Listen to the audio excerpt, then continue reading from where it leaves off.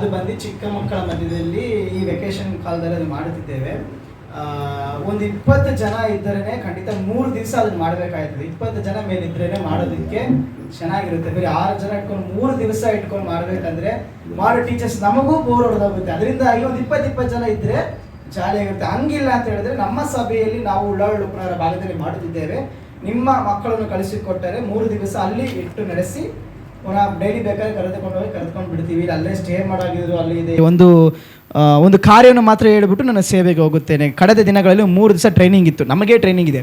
ಆ ಟ್ರೈನಿಂಗಿಗೆ ನಾವು ಹೋದಾಗ ಅಲ್ಲಿ ಬಂದಂಥ ಒಂದು ಕ್ಲಾಸ್ಗಳು ತೆಗಿತಿರ್ಬೇಕಾದ್ರೆ ಒಂದು ಸೆಕ್ಷನಲ್ಲಿ ಒಂದು ಸೇವಕರೊಂದು ಮಾತನ್ನು ಹೇಳಿದ್ರು. ಏನಪ್ಪ ಅಂತ ಹೇಳಿದ್ರೆ 13 ಲಕ್ಷ ಚಿಕ್ಕ ಮಕ್ಕಳನ್ನ ಟಾರ್ಗೆಟ್ ಮಾಡಬೇಕು ಈ ವರ್ಷ ಅಂತ. Total 13 lakh all over India 13 lakh ಬಂದು ಮಕ್ಕಳನ್ನ ಟಾರ್ಗೆಟ್ ಮಾಡಿ ಚಿಕ್ಕ ಮಕ್ಕಳ ಸೇವೆ ಮಾಡಬೇಕು ಅನ್ನೋದು ಅವರ ಒಂದು ಗುರಿ, ಈ ವರ್ಷದ ಗುರಿಯಾಗಿದೆ. ಈ ಗುರಿಯನ್ನು ಇಟ್ಟು ಅವರು ಸೇವೆ ಮಾಡುತ್ತಿದ್ದಾರೆ. ಆದರೆ 13 ಲಕ್ಷ ಲೆಕ್ಕ ಹೇಳ್ಬೇಕಾದ್ರೆ ಅವರೊಂದು ಮಾತು ಹೇಳಿದ್ರು, 13 ಲಕ್ಷ ಚಿಕ್ಕ ಮಕ್ಕಳು ನಾವು ಗುರಿ ಮಾಡುತ್ತಿದ್ದೇವೆ, ಆದರೆ ಇದು ಹಿಂದೆ ಇರುವಂಥ ಕುಟುಂಬಸ್ಥವರು, ಆ ಕುಟುಂಬದಲ್ಲಿರುವ ಸದಸ್ಯರ ಸಂಖ್ಯೆ ನಾವು ಲೆಕ್ಕ ಇಡೋದಕ್ಕೆ ಸಾಧ್ಯವಿಲ್ಲ. ಯಾಕಪ್ಪ ಅಂತ ಹೇಳಿದ್ರೆ 13 ಲಕ್ಷ ಜನರು ದೇವರ ವಾಕ್ಯವನ್ನು ಕೇಳಿಕೊಂಡು ಹೋಗಿ ಆ ಚಿಕ್ಕ ಮಕ್ಕಳು ಅವರ ಬೆಳವಣಿಗೆಯಿಂದಾಗಲಿ ಅವರ ಕಾರ್ಯಗಳಿಂದಾಗಲಿ ಅವರ ಕುಟುಂಬದಲ್ಲಿ ಎಷ್ಟು ಜನ ರಕ್ಷಣೆ ಹೊಂದುತ್ತಾರೆ ಅದು ಲೆಕ್ಕ ಬರಲ್ಲ. ಒಂದು ಕುಟುಂಬದ 5-6 ಜನ ಲೆಕ್ಕ ಇಟ್ಕೊಳ್ಳಿ. ಒಂದು ಕುಟುಂಬ ಒಂದು ಹುಡುಗ ಬಂದಿದ್ರೆ ಆ ಕುಟುಂಬದ 5 ಜನ ಇದ್ದೀರಾ, 13 ಲಕ್ಷ ಅಂತ ಲೆಕ್ಕನೇ ಹಾಕೋಕ್ಕಾಗಲ್ಲ, ಅಷ್ಟು ಜನ ಸೇರಿರ್ತಾರೆ. ಆ ಒಂದು ಲೆಕ್ಕ ನಾವು ಹಿಂದೆ ಲೆಕ್ಕ ಹಾಕೋದಕ್ಕೆ ಆಗೋದಿಲ್ಲ.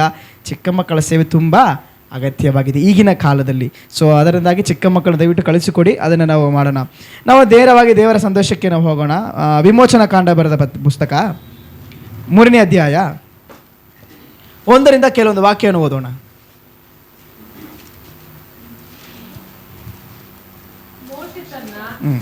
ಮಾವನಾಗಿರುವ ಮಿದ್ಯಾನ್ಯರ ಆಚಾರ್ಯನಾದ ಇತ್ರೋನನ ಮಂದೆಯನ್ನು ಮೇಯಿಸುತ್ತಿರುವಾಗ ಆ ಮಂದೆಯನ್ನು ಕಾಡಿನ ಹಿಂಭಾಗಕ್ಕೆ ನಡೆಸಿಕೊಂಡು ಹೋರೇಬ್ ಎಂಬ ದೇವರ ಬೆಟ್ಟಕ್ಕೆ ಬಂದನು.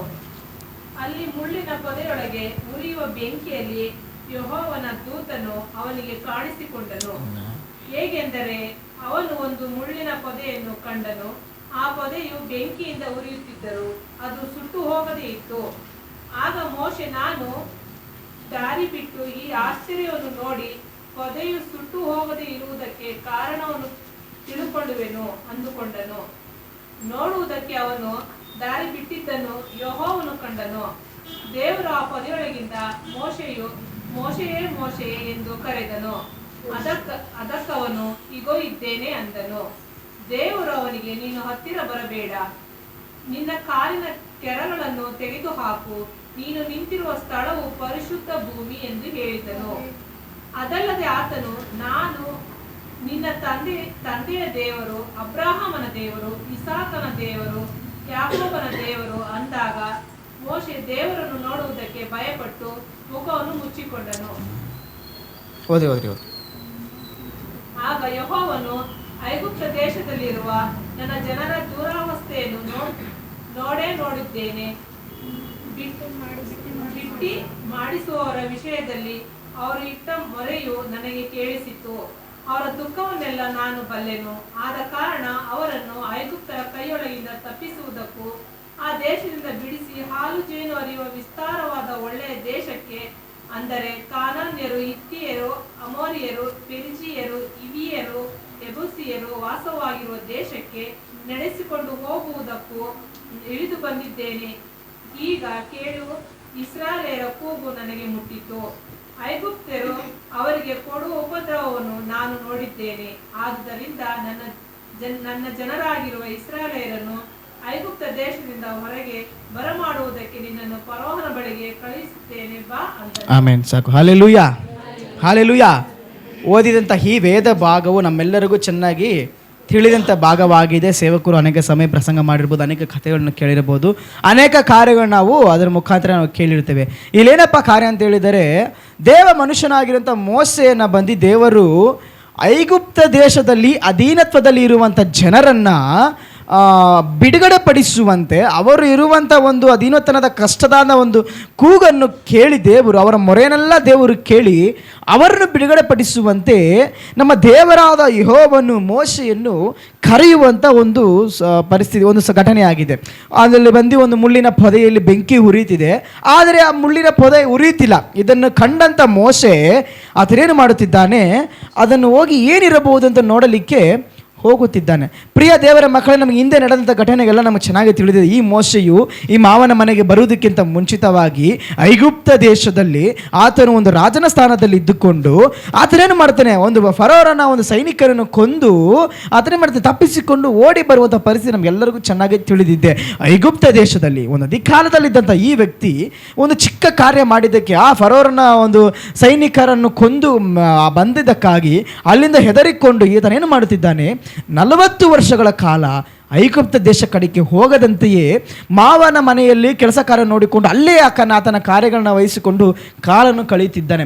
ಈಗ ದೇವರೇನು ಮಾಡುತ್ತಿದ್ದಾರೆ, ಐಗುಪ್ತ ದೇಶದಿಂದನೇ ಬಂದಂಥ ಒಂದು ವ್ಯಕ್ತಿ ಆತನು ಈ ಇಸ್ರೇಲ್ ಜನರನ್ನು ಬಿಡಿಸುವಂತೆ ಪುನಃ ಏನು ಮಾಡ್ತಿದ್ದಾರೆ, ಮೋಶೆಯನ್ನು ದೇವರು ಕರೆದು ನೇಮಿಸುತ್ತಿದ್ದಾರೆ. ನೀನೋಗಿ ಏನು ಮಾಡು, ಅವರನ್ನು ಬಿಡಿಸಿಕೊಂಡು ಬಾ ಎಂದು. ಅಲ್ಲಿ 9ನೇ ವಾಕ್ಯದ ಓದಿದೆವು, ನಿನ್ನನ್ನು ಫರೋರ್ನ ಬಳಿಗೆ ಕಳಿಸುತ್ತೇನೆ ಬಾ ಅಂದನು. ಅಂದರೆ ನೀನು ಬಂದು ಏನು ಮಾಡು, ಅವರನ್ನು ಬಿಡಿಸಿಕೊಂಡು ಬರಬೇಕಾಗಿದೆ, ನೀನೇನು ಮಾಡು ಬಾ ಅಂತ ಕರೀತಿದ್ದಾರೆ. ನಮಗೆಲ್ಲ ಈ ಘಟನೆ ಎಲ್ಲ ಚೆನ್ನಾಗಿ ಕಳಿತೇವೆ. ನಾವು ಇಮ್ಯಾಜಿನೇಷನ್ ಮಾಡಬೇಕಾದ್ರೂ ಸಹ ಏನು ಮಾಡ್ತೇವೆ, ಏನು ಚೆನ್ನಾಗಿ ಆಲೋಚನೆ ಮಾಡಿ ನೋಡುತ್ತೇವೆ.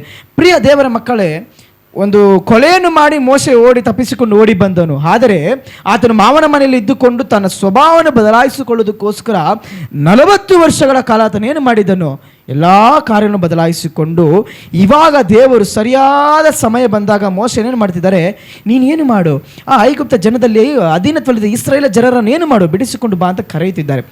ಈಗ ಮೋಶೆಯು ದೇವರೊಂದಿಗೆ ಅನೇಕ ಸಂಭಾಷಣೆಗಳು ನಡೀತಿದೆ. ಏನಪ್ಪ ಅಂತ ಕೇಳಿದರೆ, ಮೋಶೆಯನ್ನು ದೇವರೇನು ಮಾಡ್ತಿದ್ದಾರೆ, ಆ ಜನರನ್ನು ಬಿಡಿಸುವಂತೆ ಒಂದು ಮನುಷ್ಯನಾಗಿ, ಒಂದು ಸಾಧಾರಣ ಮನುಷ್ಯ ಈತನನ್ನು ಏನು ಮಾಡ್ತಿದ್ದಾರೆ, ಅಷ್ಟು ಜನಕ್ಕೆ ಅಧಿಪತಿಯಾಗಿ ಬದಲಾಯಿಸಿ ನೀನೇನು ಮಾಡು, ಇವರನ್ನು ಬಿಡಿಸಿಕೊಂಡು ಕರೆದುಕೊಂಡು ಬಾ ಎಂದು ಹೇಳುತ್ತಿದ್ದಾರೆ. ಮೋಶೆ ಅದಕ್ಕೆ ಸಂಭಾಷಣೆ ಉತ್ತರಗಳನ್ನು ಕೊಡುತ್ತಿದ್ದಾರೆ. ಪ್ರಿಯ ದೇವರ ಮಕ್ಕಳೇ, ವೇದದಲ್ಲಿ ನಾವು ಓದಬೇಕಾಗಿದೆ, ಮೊದಲ ಬಾರಿ ದೇವರೊಂದಿಗೆ ಮೊಗಮೊಗವಾಗಿ ಮುಖವನ್ನು ನೋಡದಂತೆ ಮಾತನಾಡಿದಂಥ ಒಂದು ವ್ಯಕ್ತಿ ಅಂತ ಹೇಳಿದ್ರೆ ಮೋಶೆಯಾಗಿದ್ದಾರೆ. ಆತನು ದೇವರ ಬಳಿಯಲ್ಲಿ ಮಾತನಾಡಿದ ವ್ಯಕ್ತಿ. ಅಲ್ಲಿ ಚೆನ್ನಾಗಿದೆ, ನಿನ್ನ ಪಾದರಕ್ಷೆಗಳನ್ನು ಬಿಟ್ಟು ಏನು ಮಾಡೋ, ಇದು ಪರಿಶುದ್ಧ ಸ್ಥಳವಾಗಿದೆ, ನೀನು ಬಾ ಅಂತ ಅಷ್ಟು ಒಂದು ನೀಟಾಗಿ ಸಂಭಾಷಣೆ ಮಾಡುತ್ತಿದ್ದಾರೆ.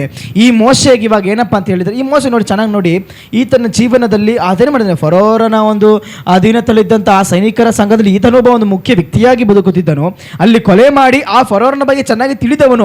ಆತನಿಗೆ ವಿರೋಧವಾಗಿ ಯಾವುದೋ ಒಂದು ಕಾರ್ಯ ಮಾಡಿದರೆ ಏನು ಮಾಡ್ತಾರೆ, ಅದನ್ನು ಕೊಲೆ ಮಾಡ್ತಾ ತಿಳಿದ್ರು ಈತನ ಏನು ಮಾಡ್ತಾನೆ, ಇವರ ಒಂದು ಜನರಿಗೆ ಸೇರಿದವರಿಗೆ ಒಂದು ತೊಂದರೆ ಕೊಟ್ಟಿದ್ದ ರೀತಿಯಾಗಿ ಆತನನ್ನು ಕೊಂದು ಈತನ ತಪ್ಪಿಸಿಕೊಂಡು ಏನು ಮಾಡ್ತಾನೆ, ಈ ಕಾರ್ಯಗಳೆಲ್ಲ ಆತನಿಗೆ ಚೆನ್ನಾಗಿ ತಿಳಿದಿದೆ. ಆದರೆ ಇವನೇನು ಮಾಡ್ತಿದ್ದಾನೆ ಅಂದರೆ ಒಂದು ವಿಶೇಷವಾದ ಕಾರ್ಯ ನೋಡಿದೆ. ಏನಪ್ಪ ಅಂತ ಹೇಳಿದರೆ, ಒಂದು ಮುಳ್ಳಿನ ಪೊದೆಯಲ್ಲಿ ಬೆಂಕಿ ಉರಿತಿದೆ, ಆದರೆ ಅದೇನಾಗುತ್ತಿಲ್ಲ, ಮುಳ್ಳು ಆ ಪೊದೆ ಏನಾಗ್ತಿಲ್ಲ, ಸುಟ್ಟು ಹೋಗುತ್ತಿಲ್ಲ, ಆದರೆ ಬೆಂಕಿ ಉರಿತಿದೆ. ಆದರೆ ಏನಪ್ಪ ಸುಡುತ್ತಿಲ್ಲ ಎಂಬುದನ್ನು ನೋಡಿ ಈತನು ಭ್ರಮೆಗೊಳ್ಳುತ್ತಿದ್ದಾನೆ. ಈತ ಏನಪ್ಪ ಇದು ಈ ಥರ ಕಾರ್ಯ ನಡೀತಿದ್ದಾನೆ ಅಂದ್ಬಿಟ್ಟು ಅದನ್ನು ನೋಡೋದಕ್ಕೆ ಹೋಗುತ್ತೆ. ಆಲ್ರೆಡಿ ಅವನೇನು ನೋಡಿದ್ದಾನೆ, ಒಂದು ಅತಿಶಯವನಲ್ಲಿ ನೋಡುತ್ತಿದ್ದಾನೆ. ಇವಾಗ ದೇವರ ಮುಂದೆ ನಿಂತ್ಕೊಂಡು ಸಂಭಾಷಣೆ ಮಾಡುತ್ತಿರಬೇಕಾದ್ರೆ ದೇವರು ಕರೀತಿದ್ದಾರೆ, ಆ ಇಸ್ರೇಲ್ ಜನರ ಕೂಗು ನನಗೆ ಏನಾಗಿದೆ, ತಟ್ಟಿದೆ. ಅವರು ಮಾಡಿದ ವಿಜ್ಞಾಪನೆಗಳು ನನಗೆ ಕೇಳಿದೆ. ನಾನೀಗ ಅದನ್ನು ಕೇಳಿ ಏನು ಮಾಡಲಿಕ್ಕಿದ್ದೇನೆ, ಅವರನ್ನು ಬಿಡಿಸಲಿಕ್ಕಿದ್ದೇನೆ. ಅವರನ್ನು ಬಿಡಿಸಿಕೊಂಡು ಫರೋರ್ನ ಬಳಿಯಿಂದ ಅವರನ್ನು ಬಿಡಿಸಿಕೊಂಡು ಕರೆತರಬೇಕಾಗಿರೋದು ಯಾರು, ನೀನು ಬಾ ಎಂದು ಮೋಶೆನ ಕರೀತಿದ್ದಾರೆ. ಪ್ರಿಯ ದೇವರ ಮಕ್ಕಳೇ, ಮೋಶೆ ಬಳಿ ಒಂದು ಕಾರ್ಯವು ಚೆನ್ನಾಗಿ ತಿಳಿದುಕೊಳ್ಳಬಹುದು. ಏನಪ್ಪ ಅಂತ ಕೇಳಿದರೆ, ಆತನು ಒಂದು ಕೊಲೆ ಮಾಡುವುದಕ್ಕೂ ಸಹ ಅಂಜದಂಥ ವ್ಯಕ್ತಿಯಾಗಿದ್ದವನು ಎಲ್ಲವನ್ನು ಬದಲಾಯಿಸಿಕೊಂಡು ಎಲ್ಲನೂ ಬದಲಾಯಿಸಿಕೊಂಡು ಆತನ ಸ್ವಭಾವ, ಆತನು ಹೇಳ್ಬೋದು, ನಾನು ಯಾತಕ್ಕೆ ಹೋಗಬೇಕಾಯ್ತು, ನಾನೇ ಯಾಕೆ ಹೋಗಬೇಕು, ನಾನು ಅಲ್ಲಿ ಎಲ್ಲ ಇರ್ಬೋದು, ಎಲ್ಲವನ್ನು ಬದಲಾಯಿಸಿಕೊಂಡು ಬಂದು ನಿಂತರೂ ಸಹ ಕೊನೆಯದಾಗಿ ದೇವರು ಆತನ ಬಳಿಲಿ ಮಾತನಾಡುತ್ತಿರ್ಬೇಕಾರೆ ಕೆಲವೊಂದು ಕಾರ್ಯಗಳು ನಾವು ಚೆನ್ನಾಗಿ ತಿಳಿದು 2 ವಾಕ್ಯದಲ್ಲಿ ಮಾತ್ರ ಅಂದವಾಗಿ 2 ವಾಕ್ಯದಲ್ಲಿ ದೇವರು ತುಂಬ ಸ್ಪಷ್ಟನೆ ತೋರಿಸ್ತಾರೆ. 11, 12ನೇ ವಾಕ್ಯ, 13ನೇ ವಾಕ್ಯ, ಈ 3 ವಾಕ್ಯವನ್ನು ಯಾರಾದರೂ ಓದಿರಿ.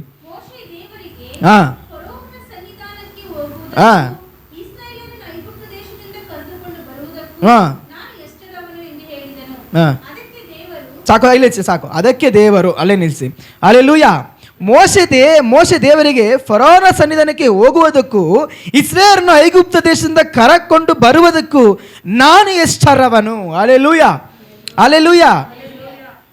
ಈಗ ಮೋಸೆ ಬಂದು ಎಲ್ಲ ಅವನು ಕೊಲೆ ಮಾಡೋದಕ್ಕೂ ಅಂಜದೇ ಇರುವಂಥ ವ್ಯಕ್ತಿ, ಆತನಲ್ಲಿ ಒಂದು ಇದು ಏನಪ್ಪ ಅಂತ ಕೇಳಿದರೆ ಸಂದೇಹ, ಡೌಟು, ನನ್ನಲ್ಲಿ ಆಗುತ್ತಾ ಈ ಕಾರ್ಯ. ಅವನು ದೇವರ ಬಳಿಯಲ್ಲಿ ಮಾತನಾಡುತ್ತಿದ್ದಾನೆ, ದೇವರೊಂದಿಗೆ ಸಂಭಾಷಣೆ ಮಾಡುತ್ತಿದ್ದರೂ ಆತನಲ್ಲಿ ಕಾಡುತ್ತಿದ್ದಂಥ ಒಂದು ಪ್ರಶ್ನೆ ಏನು ಗೊತ್ತಾ? ನನ್ನ ಕೈಯಲ್ಲಿ ಆಗಲ್ಲ, ಹಲ್ಲೆಲೂಯ, ನನ್ನ ಕೈಯಲ್ಲಿ ಆಗೋದಿಲ್ಲ. ಅನೇಕ ಸಮಯದಲ್ಲಿ ನಾವೇನು ಗೊತ್ತಾ ಮಾಡುತ್ತೇವೆ? ಏಕೆಂದರೆ ಪ್ರಿಯ ದೇವರ ಮಕ್ಕಳೇ, ಮೋಶೆಗೆ ದೇವರ ಬಗ್ಗೆ ತಿಳಿದಂಥ ವ್ಯಕ್ತಿ ಆಗಿದ್ದಿರ್ಬೋದು, ಅಥವಾ ಫರೋರನ ಒಂದು ಸೈನ್ಯದ ಬಗ್ಗೆ ಎಲ್ಲನೂ ಆತನಿಗೆ ಗೊತ್ತಿತ್ತು, ಎಲ್ಲ ತಿಳಿದಿದ್ದನು. ಪುನಃ ದೇವರೊಂದಿಗೆ ಬಂದು ಸಂಭಾಷಣೆ ಮಾಡುತ್ತಿದ್ದಾನೆ, ದೇವರ ಅತಿಶಯವನ್ನು ನೋಡುತ್ತಿದ್ದಾನೆ, ಎಲ್ಲವನ್ನು ನೋಡುತ್ತಿದ್ದಾನೆ. ಆದರೂ ಸಹ ಅವನು ಕೇಳುತ್ತಿದ್ದಾನೆ, ನಾನು ಎಷ್ಟರ ಮಾತ್ರನೋ ದೇವರೇ ಅಂತ ಆತನಲ್ಲಿ ಒಂದು ಇದಿದೆ. ಆಗ ಅನೇಕ ಸಮಯದಲ್ಲಿ ನಾವೇನು ಗೊತ್ತಾ ಮಾಡ್ತೇವೆ? ಈ ಮೋಶೆ ರೀತಿಯೇ ಆತನು ಒಂದು ದೇವ ಮನುಷ್ಯನಾಗಿ ಇದ್ದನು, ಅದನ್ನು ದೇವರ ಕರೆಗೋಸ್ಕರ ಕರೀತಿದ್ದಾರೆ. ಅದೇ ರೀತಿಯಾಗಿ ನಾವು ಸಹ ಗೊತ್ತಾ ಮಾಡ್ತೇವೆ, ಅನೇಕ ಸಮಯ ವಿಶ್ವಾಸಿಗಳಾಗಿದ್ದೇವೆ, ಅನೇಕ ಕಾರ್ಯ ದೇವರಿಂದ ಪಡೆದುಕೊಂಡಿದ್ದೇವೆ, ಅನೇಕ ವಿಷಯಗಳನ್ನು ದೇವರಿಂದ ತಿಳಿದುಕೊಂಡಿದ್ದೇವೆ. ಎಲ್ಲ ಕಾರ್ಯಗಳನ್ನು ಪಡೆದುಕೊಂಡಂಥ ನಾವು ಒಂದು ದಿವಸ ದೇವರು ನಮ್ಮನ್ನು ಕರೀತಿದೆ, ಅದೋ ಒಂದು ಕಾರ್ಯಕ್ಕೋಸ್ಕರ ನಮ್ಮನ್ನು ನೇಮಿಸುತ್ತಿರಬೇಕಾದ್ರೆ ನನ್ನ ಕೈಯಲ್ಲಿ ಆಗೋಲ್ಲ, ನಾನು ಅದನ್ನು ಮಾಡೋದಿಲ್ಲ, ನಾನು ಯಾಕೆ ಅದನ್ನು ಮಾಡಬೇಕು, ನಾನು ಯಾಕೆ ದೇವರು ಅದನ್ನು ಮಾಡಬೇಕು, ಎಷ್ಟವನು ಅದೆಲ್ಲ ಮಾಡೋದಕ್ಕೆ ಎಂಥವನು, ಯಾಕೆ ಈ ಕಾರ್ಯ ಆತನಕ್ಕೆ ನೆನಪಿಗೆ ಯಾಕೆ ಈ ಥರ ಮೋಸೆ ಮಾತಾಡುತ್ತಿದ್ದ ಅಲ್ಲಿಗೆ ಬರುತ್ತೆ ನೋಡಿರಿ. ಯಾಕೆ ಮೋಸ ಆ ಥರ ಮಾತಾಡುತ್ತಿದ್ದ ಅಂತ ಹೇಳಿದರೆ 12ನೇ ವಾಕ್ಯದಲ್ಲಿ ಹೇಳುತ್ತೆ, ನಾನೇ ನಿನ್ನ ಸಂಗಡ ಇರುವೆನು ಅಂತ ದೇವರು ಹೇಳುತ್ತಿದ್ದಾರೆ. ಅಂದರೆ ಮೋಸೆಯ ಸಂಗಡ ಇರುವುದು ದೇವರೆಂದು ಆತನು ಮರೆತು ಹೋಗೋನೇನು ಕೇಳುತ್ತಿದ್ದಾನೆ, ನನ್ನ ಕೈಲಿ ಆಗಲ್ಲ ದೇವರೇ ಅಂತೇಳಿ. ಇವಾಗ ನಮ್ಮ ಜೀವಿತ ನಮ್ಮನ್ನು ಆಲೋಚನೆ ಮಾಡಿ ನೋಡೋಣ. ಅನೇಕ ಸಮಯದಲ್ಲಿ ದೇವರು ನಮ್ಮಿಂದ ಮಾಡಬೇಕಾದ ಕಾರ್ಯಗಳನ್ನ ನಾವು ತಿರಸ್ಕರಿಸಬೇಕಾದರೆ ನಮ್ಮಲ್ಲಿ ಆ ದೇವರು ನಮ್ಮೊಂದಿಗೆ ಇದ್ದಾರೆ ಎಂಬ ನಂಬಿಕೆ ನಮ್ಮಲ್ಲಿ ಇತ್ತಾ ಇಲ್ಲವಾ? ನಮ್ಮಲ್ಲಿ ನಂಬಿಕೆ ಇಲ್ಲ ಅಂತ ಹೇಳಿದರೆ ಖಂಡಿತ ನಾವೇನು ಮಾಡಿರ್ತೇವೆ? ಆ ಕಾರ್ಯನ ತಿರಸ್ಕರಿಸಿ, ನನಗೆ ಅದು ಬೇಡ, ನನ್ನ ಕೈಲದು ಆಗೋದಿಲ್ಲ, ನಾನು ಅದನ್ನು ಮಾಡೋದಿಲ್ಲ, ನನ್ನಿಂದ ಅದು ಆಗೋದಿಲ್ಲ, ನಾನು ಅದನ್ನು ಮಾಡೋದಕ್ಕೆ ಯೋಗ್ಯ, ಇದೆಲ್ಲ ನಾವು ಮಾಡಿರುತ್ತೇವೆ. ಒಂದು ವೇಳೆ ವೈಯಕ್ತಿಕವಾಗಿ ಕೆಲವು ಕಾರ್ಯ ನಡೆದಿರ್ಬೋದು, ಇಲ್ಲ ನಮಗೆ ನಾವೇ ತಿಳಿದ ಹಾಗೆ ನಾವು ಅದನ್ನು ಬಿಟ್ಬಿಟ್ಟು ಕೂಳ್ತಿರಬಹುದು. ಆದರೆ ಪ್ರಿಯ ದೇವರ ಮಕ್ಕಳು, ಚೆನ್ನಾಗಿ ಒಂದು ಕಾರ್ಯವನ್ನು ಅರ್ಥ ಮಾಡಿಕೊಳ್ಳಿರಿ. ದೇವರು ಮೋಶೆಯ ಸಂಗಡ ಇದ್ದ ಅದೇ ರೀತಿಯಾಗಿ ನಮ್ಮ ಸಂಗಡ ಇರಲು ಆತನು ಶಕ್ತನಾಗಿದ್ದಾರೆ. ಹಲ್ಲೆಲೂಯ. ಆತನು ಕೈ ಬಿಡುವಂಥ ದೇವರಲ್ಲ. ಎಷ್ಟು ವರ್ಷಗಳ ಕಾಲ ಅವರು ಗೋಳನ್ನು ಕೇಳಿ ಅವರನ್ನು ಬಿಡಿಸಲು ಬಂದಂಥ ದೇವರು, ಈ ವ್ಯಕ್ತಿಯನ್ನು ಕರೆದುಕೊಂಡು ಬಿಡಿಸಬೇಕು ತೀರ್ಮಾನ ಮಾಡಿದಂಥ ದೇವರು, ಆ ಮೋಶೆಯ ಸಂಗಡ ಇದ್ದಂಥ ಅದೇ ದೇವರೇ ಸಹ ನಮ್ಮೊಂದಿಗೂ ಇದ್ದಾರೆ. ಹಲ್ಲೆಲೂಯ. ನಾವು ಅದನ್ನು ಎಂದಿಗೂ ಮರೆತು ಹೋಗಬಾರದು. ನಮ್ಮ ಜೀವಿತದಲ್ಲಿ ನಾವು ಮಾಡುವಂಥ ಒಂದೇ ಈ ಕಾರ್ಯ ಏನಪ್ಪ ಅಂತ ಹೇಳಿದ್ರೆ, ದೇವರು ನಮ್ಮೊಂದಿಗೆ ಇದ್ದಾರೆ ಎಂಬುದನ್ನು ಮರೆತು ಹೋಗ್ಬಿಡುತ್ತೆ. ಪ್ರಿಯ ದೇವರ ಮಕ್ಕಳು, ಚೆನ್ನಾಗಿ ನೋಡಿ. ನನಗೆ ಯಾವಾಗ ಇದನ್ನು ಆಲೋಚನೆ ಮಾಡಿ ನೋಡೋದು ಉಂಟು. ಈ ಒಂದು ಭಾಗ ಬಂದು ನಿಜವಾಗಲೂ ಅನೇಕ ಕಡೆನ ಇದರ ಬಗ್ಗೆ ಒಂದು ಡ್ರಾಮಾಗಳನ್ನು ನಾವು ಮಾಡಿದ್ದೇವೆ. ಆಗ ಮಾಡಬೇಕಾದರೆ ನಮಗೂ ದೇವರಿಗೂ ಮೋಶೆಗೂ ಸಂಭಾಷಣೆ ಈಗ ಇದ್ದಿರಬಹುದು ಅಂತ ನಾವು ಆಲೋಚನೆ ಮಾಡಿದ್ವಿ. ಹೇಗಂತ ನಮಗೆ ಗೊತ್ತಿಲ್ಲ ಇದರಲ್ಲಿ ಅಂಗಡಿ, ಬಟ್ ನಾವು ಆಲೋಚನೆ ಮಾಡಿ ಹೇಗೆ ಗೊತ್ತಾ, ದೇವರು ಮೋಶೆ ಬಳಿ ಮಾತನಾಡಬೇಕೆಲ್ಲ ಅಂದವಾಗೆ ಮಾತನಾಡಿದ್ದಾರೆ. ಆದರೆ ಇವಾಗ ಇಲ್ಲಿ ಹೇಳುತ್ತಿದ್ದಾರೆ, ನಾನು 11ನೇ ವಾಕ್ಯ ಹೋದ್ರೆ, ಮೋಶೆ ದೇವರಿಗೆ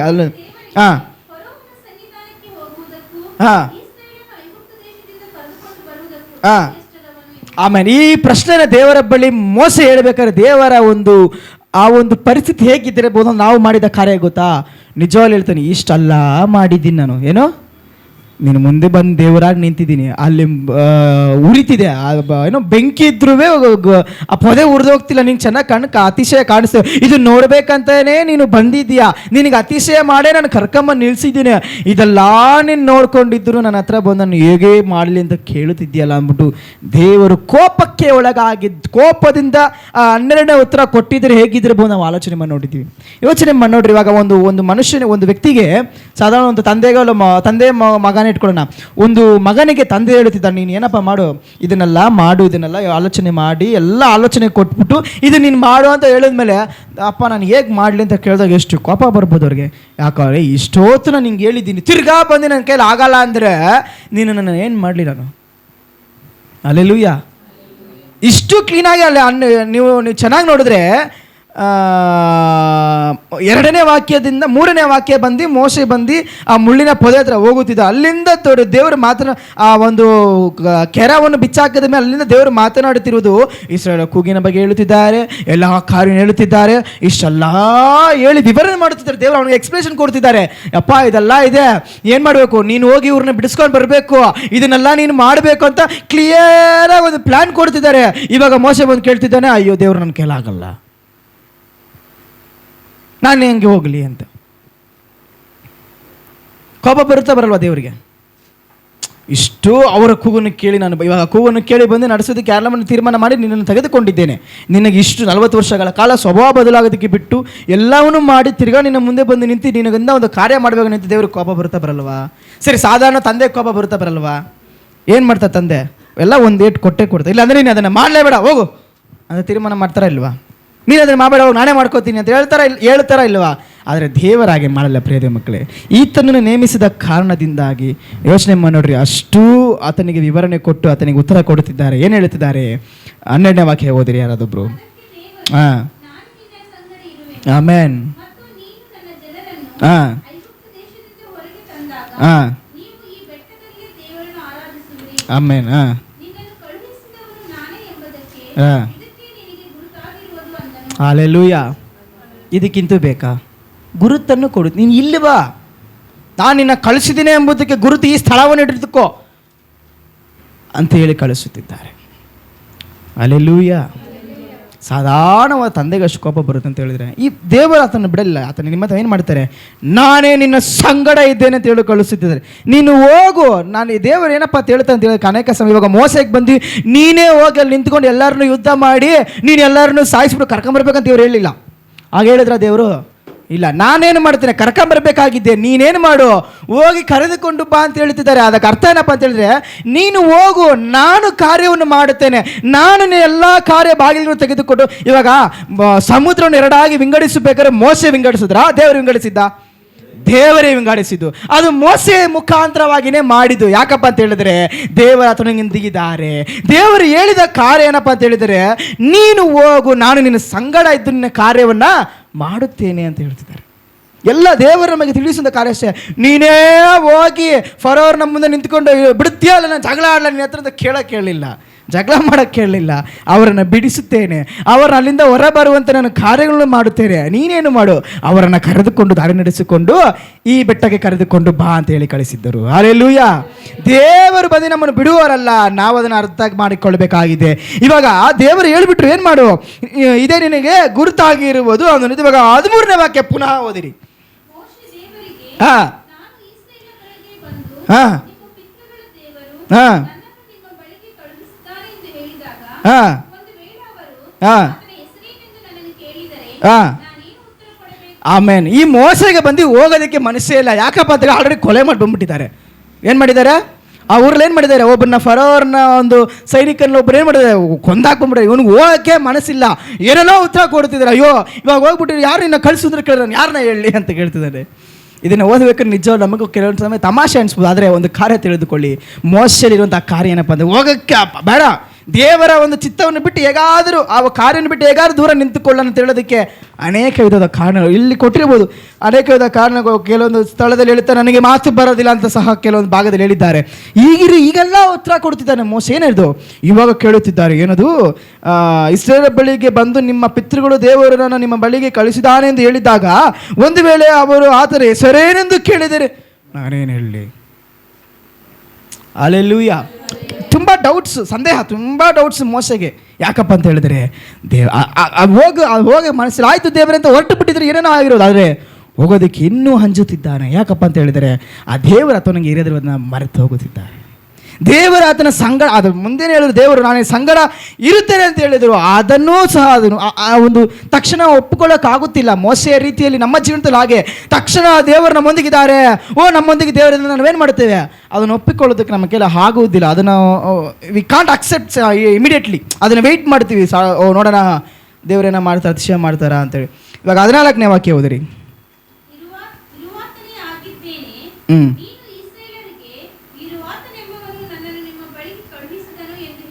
ಆಮೇಲೆ ನಾನು ಯಾವಾಗಲೂ ಇರುವ ಆತನು, ನನ್ನ ಜೀವಂತವಾಗಿ ಇರುವಂಥ ದೇವರು ನಾನೇ ಆಗಿದ್ದೇನೆ ಅಂತೇಳಿ ಹೇಳಿ ಕಳಿಸುತ್ತಿದ್ದಾರೆ. ಪ್ರಿಯ ದೇವರ ಮಕ್ಕಳೇ, ಈ ಕಾರ್ಯ ಏನಪ್ಪ ಅಂತ ಹೇಳಿದರೆ, ಇವಾಗ ಮೋಶೆಗೆ ಬಂದು ಹೋಗೋದಕ್ಕೆ ಮನಸ್ಸೇ ಇಲ್ಲದ ಕಾರಣದಿಂದಾಗಿ 2 ಸಲ ಏನು ಹೇಳ್ತಿದ್ದಾರೆ, ಆ 2 ವಾಕ್ಯದಲ್ಲಿ ನಾವು ಓದಿ ನೋಡಿದರೆ ಓಕೆ ಮನಸ್ಸೇ ಇಲ್ಲ, ಆಗಲ್ಲ ದೇವರೇ ಅಂತ ಡೈರೆಕ್ಟಾಗಿ ಹೇಳೋಕ್ಕೂ ಭಯ. ಯಾಕಂದರೆ ಅಲ್ಲಿ ದೇವ್ರಿಗೆ ಮಾತಾಡ್ತಾ ಗೊತ್ತು, ಹೇಳೋಕ್ಕೂ ಭಯ. ಅದರಿಂದ ಏನು ಹೇಳುತ್ತಿದ್ದಾರೆ ಮೋಶೆಯವರು, ಅಯ್ಯೋ ಇವಾಗ ನೀವು ಕಳಿಸಿದರೆ ನಾನೇನು ಮಾಡಿ ಅಂತ ಕೇಳಿದ್ದಕ್ಕೆ, ಇರುವಾತನಾಗಿದ್ದಾನೆ ಇಸ್ರಾಯೇಲಿಗೆ ಇರುವಾತನೆಂಬ ನನ್ನನ್ನು ನಿಮ್ಮ ಬಳಿಗೆ ಕಳಿಸಿದಾನಂದು ಹೇಳಬೇಕು ಅಂತ ಹೇಳಿದ್ರು. ಆಗ 15ನೇ ವಾಕ್ಯ ಓದಿರ ಹಾಗೆ, ಹಾಂ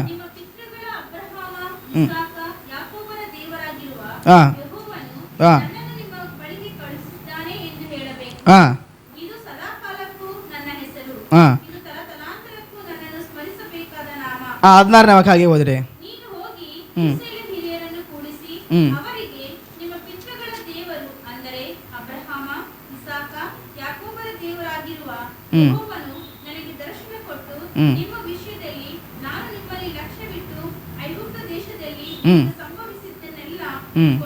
ಆಮೇಲೆ ಇವಾಗ ಹೇಳಿ ಕಳಿಸಿದ್ದಾರೆ. ಏನು ಹೇಳ್ತಾರೆ, ಅಲ್ಲಿರುವಂಥ ಇಸ್ರಾಯೇಲ್ ಜನರ ಬಳಿಯಲ್ಲಿ ಹೋಗಿ ನೀನೇನು ಮಾಡಬೇಕು, ಯಾವ ಕಾರ್ಯಗಳನ್ನು ಮಾತನಾಡಬೇಕು, ಪಿತೃಗಳೊಂದಿಗಿದ್ದಂಥ ದೇವರು ನಾನೇ ಅಬ್ರಹಾಮ್ ಇಸಾಕ್ ಯಾಕೋಬರ ದೇವರಾಗಿರುವ ಯೆಹೋವನು ದರ್ಶನ ಕೊಟ್ಟು ನಿಮ್ಮ ವಿಷಯದಲ್ಲಿ, ಇವಾಗ ಕ್ಲಿಯರ್ ಆಗಿ ಹೇಳ್ತಾರೆ, ಅಬ್ರಹಾಮ್ ಇಸಾಕ್ ಯಾಕೋಬ್ ಈ ಸಂತತಿಗಳ ಬಗ್ಗೆ ಎಲ್ಲ ಹೇಳ್ತಿದ್ದಾರೆ. ಏನು ಹೇಳ್ತಿದ್ದಾರೆ, ನಾನು ನಿನ್ನೊಂದಿಗೆ ಇದನ್ನೆಲ್ಲ ಪ್ರೂಫ್ ಕೊಡ್ತೇನೆ, ಇದನ್ನೆಲ್ಲ ಹೋಗಿ ಹೇಳು. ಮೋಶೆಯ ಒಂದೇ ಒಂದು ಕಾರಣ ದೇವರು ಎಲ್ಲವನ್ನು ತಿಳಿಸುತ್ತಿದ್ದ, ಇದನ್ನೆಲ್ಲ ಅವಾಗ ಏನು ಮಾಡು, ನೀನು ಹೋಗಿ ಅವರಿಗೆ ತಿಳಿಸು, ಅವರಿಗೆ ಈ ಕಾರ್ಯಗಳನ್ನ ಹೇಳು. ಅವಾಗ ನಂಬುತ್ತಾರೆ. ಏನು ನಂಬುತ್ತಾರೆ, ಓ ಇವನು ದೇವರಿಂದ ಕಳಿಸಲ್ಪಟ್ಟ ವ್ಯಕ್ತಿಯೇ ಎಂದು ಅವರೇನು ಮಾಡುತ್ತಾರೆ, ನಂಬುತ್ತಾರೆ. ಮೋಶೆಗೆ ಬಂದು ಆತನು ದೇವರು ಆತನ ಸಂಗಡ ಇದಾನೆಂಬುದು ಮರೆತಿದ್ದರು, ಆದರೆ ದೇವರು ಬಿಡಲಿಲ್ಲ. ಏನು ಮಾಡುತ್ತಿದ್ದಾರೆ, ಎಲ್ಲ ಕಾರ್ಯಗಳನ್ನು ಸ್ಪಷ್ಟವಾಗಿ ಆತನಿಗೆ ತಿಳಿಸುತ್ತಿದ್ದಾರೆ.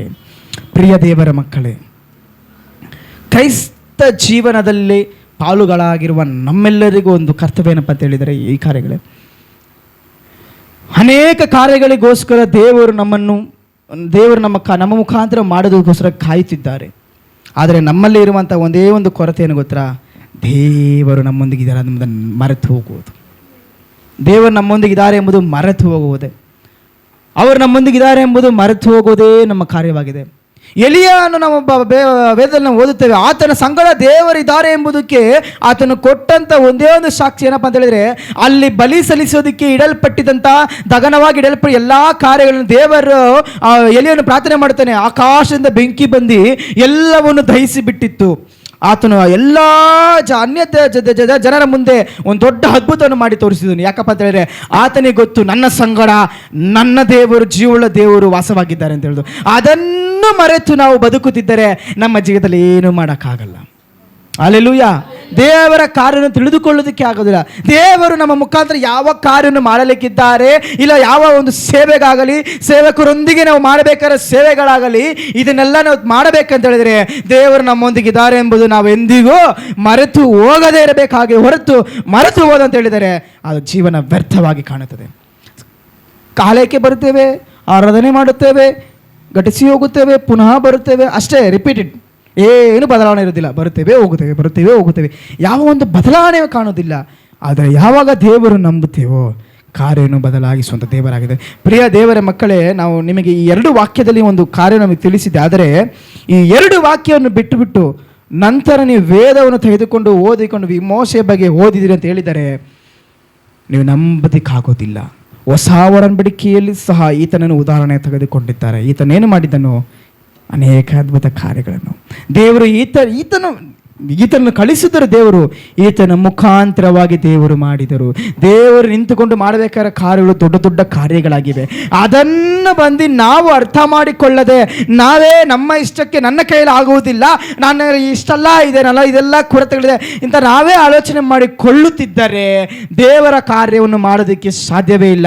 ಈ ಒಂದು ವೇಳೆ ಮೋಶೆ ಈ ಕಾರ್ಯವನ್ನು ಆಲೋಚನೆ ಮಾಡಿಕೊಂಡು ಈ ನನ್ನ ಕೈಯಲ್ಲಿ ಆಗೋದಿಲ್ಲ ಅಂತ ತಪ್ಪಿಸಿಕೊಂಡು ಹೋಗಿಬಿಟ್ಟದ್ರು ಅನ್ಕೊಂಡಿದ್ದಾರೆ, ಖಂಡಿತವಾಗಿ ಹೇಳುತ್ತೇನೆ ಪ್ರಿಯ ದೇವರ ಮಕ್ಕಳೇ, ಈ ಇಸ್ರಾಯೇಲ್ ಜನರನ್ನು ರಕ್ಷಿಸಲಿಕ್ಕೆ, ಈ ಇಸ್ರಾಯೇಲ್ ಜನರನ್ನು ಬಿಡಿಸಿಕೊಂಡು ಬರುವುದಕ್ಕೆ ದೇವರು ಮೋಶೆಯನ್ನು ಉಪಯೋಗಿಸೋದಕ್ಕೆ ಆಗೋದಿಲ್ಲ. ಬೇರೆ ಯಾವುದೋ ಒಂದು ವ್ಯಕ್ತಿನ ತಗೋಬೇಕಬೇಕಾಯ್ತು, ಬೇರೆ ಯಾವುದೋ ಒಂದು ವ್ಯಕ್ತಿನ ಆಯ್ಕೆ ಮಾಡಬೇಕಾಯ್ತು. ಮೋಸೆ ಹೆಸರು ಬರೋದಕ್ಕೆ ಸಾಧ್ಯನೇ ಇಲ್ಲ. ಮೋಸೆ ಬಂದು ಐಗುಪ್ತ ದೇಶದಲ್ಲಿ ಕೊಲೆ ಮಾಡಿ ಓದಿ ಅಲ್ಲೇ ನಿಂತು ಹೋಗ್ಬಿಟ್ಟಿರೋದು ಹೊರತು ಅಲ್ಲಿಂದ ನಮಗೆ ಮೋಸೆ ಬಗ್ಗೆ ಓದೋದಕ್ಕೆ ಸಾಧ್ಯನೇ ಆಗುತ್ತಿರಲಿಲ್ಲ. ದೇವರು ನಮ್ಮೊಂದಿಗಿದ್ದಾರೆ ಎಂಬುದನ್ನು ಮರೆತು ಹೋಗದೆ ನಾವು ನಿಲ್ಲಬೇಕಾಗಿರೋ ಹಂಗಿನಲ್ಲಿ ನಿಂತಿದ್ದೇವೆ. ಯಾವುದೇ ಕಾರ್ಯವಾಗಿರಲಿ, ವೈಯಕ್ತಿಕ ಜೀವನವಾಗಿರಲಿ, ಇಲ್ಲ ಮನೆಯ ಕುಟುಂಬದ ಕಾರ್ಯವಾಗಿ ಯಾವುದೇ ಒಂದು ಪರಿಸ್ಥಿತಿ ಆಗಿರಲಿ, ದೇವರು ನಮ್ಮೊಂದಿಗಿದ್ದಾರೆ ಎಂಬುದು ನಾವು ಮರೆತು ಹೋದೋ ಅಂತ ಹೇಳಿದರೆ ಅದು ವ್ಯರ್ಥವಾಗ. ಅದನ್ನು ಮರೆತು ಹೋದರೆ ನಾವು ಇವಾಗ ಯೋನಾನನ್ನು ಬಂದು ದೇವರೇನು ಮಾಡುತ್ತಿದ್ದಾರೆ, ಆ ದೇಶದಲ್ಲಿ ನಡೆಯುವಂಥ ಕಾರ್ಯಕ್ಕೋಸ್ಕರ ತನಗೆ ಕೇಳಿಸಿ ಆದರೆ ಅವನೇನು ಮಾಡ್ತಾನೆ, ತಪ್ಪಿಸಿಕೊಂಡು ತರ್ಶಿಸಿಗೆ ಓಡಿ ಹೋಗುತ್ತಿದ್ದಾನೆ. ಅದನ್ನು ದೇವರನ್ನೊಂದಿಗಿದ್ದಾರೆ ಅಂತ ಒಂದು ನಂಬಿಕೆ ಅಂತನಿಲ್ಲ. ಅಲ್ಲಿ ಹೋಗಿ ಆ ದೇಶದಲ್ಲಿ ನಡೀತಿರುವಂಥ ಪಾಪದ ವಿರೋಧವಾಗಿ ಮಾತನಾಡಿದ್ರೆ ನನ್ನನ್ನೇನು ಮಾಡ್ತಾರೆ, ಕೊಂದು ಬಿಡ್ತಾರೆ ಎಂಬ ಒಂದು ಭಯ ಅದರಲ್ಲಿ ಬಂದು ಬಿಡ್ತು. ದೇವರನ್ನೊಂದಿಗೆ ಇದ್ದಾರೆ ಎಂಬ ಒಂದು ನಂಬಿಕೆ ಆತನಲ್ಲಿಲ್ಲ. ಆದ್ದರಿಂದಾಗಿ ಆತನೇನಾಯಿತು, ತರ್ಶಿಸಿಗೆ ಹೋಗಬೇಕಾದ್ರೆ ಒಬ್ಬನೇ ಮುಖಾಂತರವಾಗಿ ಇಡೀ ಹಡಗಿನಲ್ಲಿ ಪ್ರಯಾಣ ಮಾಡುವವರಿಗೆ ತೊಂದರೆ ಬಂದಿತ್ತು. ಪ್ರಿಯ ಮಕ್ಕಳೇ, ಎಕ್ಸಾಂಪಲ್ ಆಗಿ ತೆಗೆದುಕೊಳ್ಳಿರಿ. ಒಂದು ವೇಳೆ ದೇವರ ಕಾರ್ಯವನ್ನು ನಾವು ಬಿಟ್ಟು ಒಂದು ಕಾರ್ಯವನ್ನು ಅಗಲುತ್ತಿದ್ದೇವೆ ಅಂತ ಹೇಳಿದರೆ ಅದು ಒಬ್ಬರಿಗೆ ಮಾತ್ರ ತೊಂದರೆ ಅಲ್ಲ, ನಮ್ಮ ಈ ಒಂದು ಸಭೆಯ ಮುಖಾಂತರವಾಗಿ ದೇವರು ಮಾಡಲಿರುವ ಕಾರ್ಯ ತಡೆಗೊಳ್ಳುತ್ತದೆ. ಅದನ್ನು ಬದಲಾಯಿಸೋದಕ್ಕೆ ಕಾರ್ಯವೇ ಇಲ್ಲ, ಅದನ್ನು ಬದಲು ಸಾಧ್ಯವೇ ಇಲ್ಲ. ದೇವರೇ ಪುನಃ ದೇವರು ನಮ್ಮೊಂದಿಗಿದ್ದಾರೆ ನಂಬಿದರೆ ಮಾತ್ರನೇ ಅದನ್ನು ಬದಲಾಯಿಸೋದಕ್ಕೆ ಸಾಧ್ಯವಾಗುತ್ತದೆ. ಇದರ ನಂತರ ನೀವು ಮೋಸೆ ಬಗ್ಗೆ ಓದಿದೆ ಅಂತ ಹೇಳಿದರೆ, ಐಗುಪ್ತ ದೇಶಕ್ಕೆ ಹೋಗುತ್ತಾರೆ, ಫರೋಹನ ಬಳಿ ಮಾತನಾಡುತ್ತಾರೆ, ಏನನ್ನು ಕಾರ್ಯ ಮಾಡೋದು, ಸಮುದ್ರವನ್ನು ಎರಡಾಗಿ ವಿಂಗಡಿಸುತ್ತಿದ್ದಾರೆ, ಆಕಾಶದಿಂದ ಮಣ್ಣನ್ನು ಕೊಡುತ್ತಾರೆ, ಯಾವುದಾವುದೋ ದೊಡ್ಡ ದೊಡ್ಡ ಕಾರ್ಯಗಳನ್ನು. ಇವಾಗ ಎಲ್ಲಿಂದ ಬಂತು ಈ ನಂಬಿಕೆ? ಈಗ ಎಲ್ಲಿಂದ ಬಂತು ಈ ಕಾರ್ಯಗಳು? ದೇವರು ನಮ್ಮೊಂದಿಗಿದ್ದಾನೆ ಅಂತ ನಂಬಿದ ನಂತರ. ಇವಾಗ ಅಲ್ಲಿ ಒಂದು ಸ್ಥಳದಲ್ಲಿ ಬಂದು ನೀನು ಏನಪ್ಪ ನೀನು ನಿನ್ನ ಮಾತು ಕೇಳ್ಕೊಂಡು ನಾವು ಬಂದುಬಿಟ್ಟು ಅಲ್ಲಿ ಇದ್ದಿದ್ರೆ ನಮಗೆ ಊಟ ಆದರೂ ಸಿಕ್ತಿತ್ತು, ಇಲ್ಲಿ ಏನೂ ಇಲ್ಲ ಅಂದ್ಬಿಟ್ಟು ಮೋಸೆಗೆ ವಿರೋಧವಾಗಿ ಇಸ್ರಾಯೇಲ್ ಜನರು ಮಾತನಾಡುತ್ತಿದ್ದಾರೆ. ಆವಾಗ ಸಹ ಮೋಸ ಏನು ಮಾಡಿದ್ರು, ದೇವರೊಂದಿಗೆ ಮಾತನಾಡಿದ್ರು. ಆವಾಗಲೂ ಇಲ್ಲ, ಅಯ್ಯೋ ಹೌದಲ್ವಾ ಪಾಪ ಇವ್ರನ್ನಲ್ಲೇ ಬಿಟ್ಟು ಬಂದಿರಾಗಿದೆ ತಿರ್ಗಾ ಹೋಗ್ಬಿಟ್ಟಿದ್ರೆ ಮೋಸೆನೂ ಹೋಗಲ್ಲ, ಅದಿನೋತಲ್ಲಿ ಇರಬೇಕಾಗಿತ್ತು. ಆಗಲಿಲ್ಲ. ಫರೋಹನ ರಥಗಳು ಹಿಂದೆ ಓಡಿ ಬರುತ್ತಿವೆ, ಮೋಸೆಯ ಮುಂಬದಾಗಿ ಸಮುದ್ರವು ನಿಂತಿದೆ. ಆ ಮುಂದೆ ಇರುವ ಸಮುದ್ರವನ್ನು ದೇವರು ಹೇಳುವ ಪ್ರಕಾರವಾಗಿ ಕೋಲನ್ನು ನೀರಿಗೆ ಒಡೆದಾಗ ಸಮುದ್ರವು ಎರಡಾಗಿ ವಿಂಗಡಿತು. ಸಮುದ್ರದಲ್ಲಿ ಒಣ ನೆಲದ ಮೇಲೆ ಇವರುಗಳು ನಡೆದುಕೊಂಡು ಹೋದರು ಎಂಬುದು ವಾಕ್ಯದಲ್ಲಿ ಬರೆಯಲ್ಪಟ್ಟಿದೆ. ಪ್ರಿಯ ಮಕ್ಕಳೇ, ಇದೆಲ್ಲ ಯಾವಾಗ ಆ ಕಾರ್ಯ ನಡೆಯಿತು ಅಂತ ಹೇಳಿದರೆ ದೇವರ ಮೇಲೆ ನಂಬಿಕೆ ಇಟ್ಟಾಗಲೇ ಹೊರತು ಹೋದ ವಾರದಲ್ಲಿ ನಮ್ಮ ದೇವ ಸೇವಕರು ಕೊಟ್ಟದಾಗೆ ದೇವರನ್ನು ಹಿಡಬಿಡದೆ ನಿರೀಕ್ಷಿಸಿಕೊಂಡಿರಿ. ಇದನ್ನೇ ಪುನಃ ಇಲ್ಲಿಗೂ ನೆನಪು ಮಾಡುತ್ತಿದ್ದೇವೆ. ದೇವರು ನಮ್ಮೊಂದಿಗೆ ಇದ್ದಾರೆ ಎಂಬುದನ್ನು ನಾವೆಂದಿಗೂ ಮರೆತು ಹೋಗಲೇಬಾರದು. ನಾವು ಮರೆತು ಹೋಗಿದ್ದೇವೆ ಅಂತ ಹೇಳಿದರೆ ನಾವು ಯಾವ ಒಂದು ಕಾರ್ಯಕ್ಕಾಗಿದೆ ಅಂದರೆ ಯಾವ ದೇವರ ಕಾರ್ಯಗಳಿ ಯಾವುದೇ ಕಾರ್ಯ ನಾವು ಮಾಡೋದಕ್ಕೆ ಸಾಧ್ಯವಾಗುವುದಿಲ್ಲ. ಬೆಳಗ್ಗೆ ನಮ್ಮ ಸಭೆಯಲ್ಲಿ ಸಂದೇಶದಲ್ಲಿ ಒಂದು ಮಾತನ್ನು ನಾನು ಕೇಳಿದೆ, ಅಲ್ಲಿಂದ ಇಲ್ಲಿಗೆ ಬರುವ ತನಕ ನಾನು ಆಲೋಚನೆ ಬಿಟ್ಟು ಇನ್ನೂ ಅದು ಹೋಗುತ್ತೆ. ಏಕಪ್ಪ ಅಂತ ಕೇಳಿದರೆ, ನಿಮಗೆಲ್ಲರೂ ದೇವ ಸೇವಕರು ಅದನ್ನು ಮಾಡಿರಬಹುದು. ಸರ್ದೀಸ್ ಸಭೆಗೆ ಯೆಹೋವನು ಬರೆಯುವಾಗ, ಪ್ರವಾದನೆ ವಾಕ್ಯಗಳನ್ನು ಬರೆಯುವಾಗ ಅಲ್ಲೊಂದು ಮಾತನ್ನು ಬರೀತಿದ್ದಾರೆ. ಏನಪ್ಪ ಅಂತ ಹೇಳಿದರೆ, ನೀವೆಲ್ಲ ಜೀವಂತವಾಗಿದ್ದೀರೆಂಬ ಹೆಸರುಗೊಂಡವರಾಗಿದ್ದೀರಿ, ಆದರೆ ನಿಮ್ಮಲ್ಲಿ ಸತ್ತವರಾಗಿದ್ದಾರೆ. ಅಲ್ಲೆಲೂಯ. ಸರ್ದೀಸ್ ಸಭೆಗೆ ಯೋಹಾನನು ಬರೀತಿರುವ ಒಂದು ಪತ್ರಿಕೆಯಲ್ಲಿ ಕಾರ್ಯಗಳಿದೆ. ಅದು ನಿಮಗೆ ದೇವ ಸೇವಕ ಹೇಳಿರಬಹುದು. ಆ ಪ್ರಕಟಣೆಯ ಪುಸ್ತಕ 3ನೇ ಅಧ್ಯಾಯದಲ್ಲಿ ಅದರ ಬರೆಯಲ್ಪಟ್ಟಿದೆ. ಆ ವಾಕ್ಯವನ್ನು ಓದಿ ನೋಡಿರಿ. ನಿಜವಾಗಲೂ ಹೇಳುತ್ತಿದ್ದೇನೆ, ದೇವರು ನಮ್ಮೊಂದಿಗಿದ್ದಾರೆ ಎಂಬ ಒಂದು ನಂಬಿಕೆ ನಾವು ಬಿಟ್ಟುಬಿಟ್ಟು ಅಂತ ಹೇಳಿದರೆ ನಾವೆಲ್ಲ ಹೆಂಗೆ ಗೊತ್ತಾ, ನಾವೆಲ್ಲ ಜೀವಂತವಾಗಿರಬೇಕು ಅಂತ ಕರೆಯಲ್ಪಟ್ಟವರೇ, ಆದರೆ ಸತ್ತವರಾಗಿ ನಾವು ಕಾಣಲ್ಪಡುತ್ತೇವೆ. ದೇವರ ಯಾವ ಒಂದು ಉಪಯೋಗ ಇರುವುದಿಲ್ಲ. ಬೇರೆ ಆಲಯಕ್ಕೆ ಬರುತ್ತೇ ಹೋಗುತ್ತೆ ಜೀವಂತವಾಗಿ ನಡೆದಾಡುತ್ತಿರುವಂಥ ಒಂದು ಹೆಣವಾಗಿರ್ತೇವೆ. ಬರೀ ನಡೆದಾಡುತ್ತಿರುವ ಹೆಣವಾಗಿ ಕಾಣಲ್ಪಡುತ್ತೇವೆ. ದೇವರ ನಂಬಿಕೆಯನ್ನು ಬಿಟ್ಟು ಆಗಲ್ಲದೆ ಇರುವವರಾಗಿರಬೇಕು. ದೇವರು ನಮ್ಮೊಂದಿಗಿದ್ದಾರೆ ಅನ್ನೋ ನಂಬಿಕೆ ಯಾವಾಗಲೂ ದೃಢವಾಗಿ ನಮ್ಮಲ್ಲಿರಬೇಕು. ಯಾವುದೋ ಒಂದು ಚಿಕ್ಕ ಕಾರ್ಯ ಆಗಿರಲಿ, ದೊಡ್ಡ ಕಾರ್ಯ ಆಗಿರಲಿ, ನಾವು ಯಾವಾಗಲೂ ದೇವರ ಮೇಲೆ ನಂಬಿಕೆ ಉಳ್ಳವರಾಗಿ.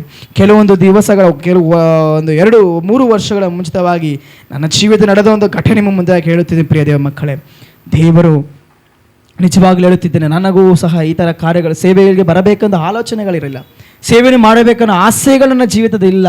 ನಾವು ಬೈಬಲ್ ಕಾಲೇಜ್ ಹೋಗಿದ್ದು ಮುಂಚಿತವಾಗಿ ಸೇವೆಯನ್ನು ಮಾಡಬೇಕು, ಈ ಕಾರ್ಯವನ್ನು ಮಾಡಬೇಕು, ನಮಗದೆಲ್ಲ ತಿಳಿದೇ ಇಲ್ಲ.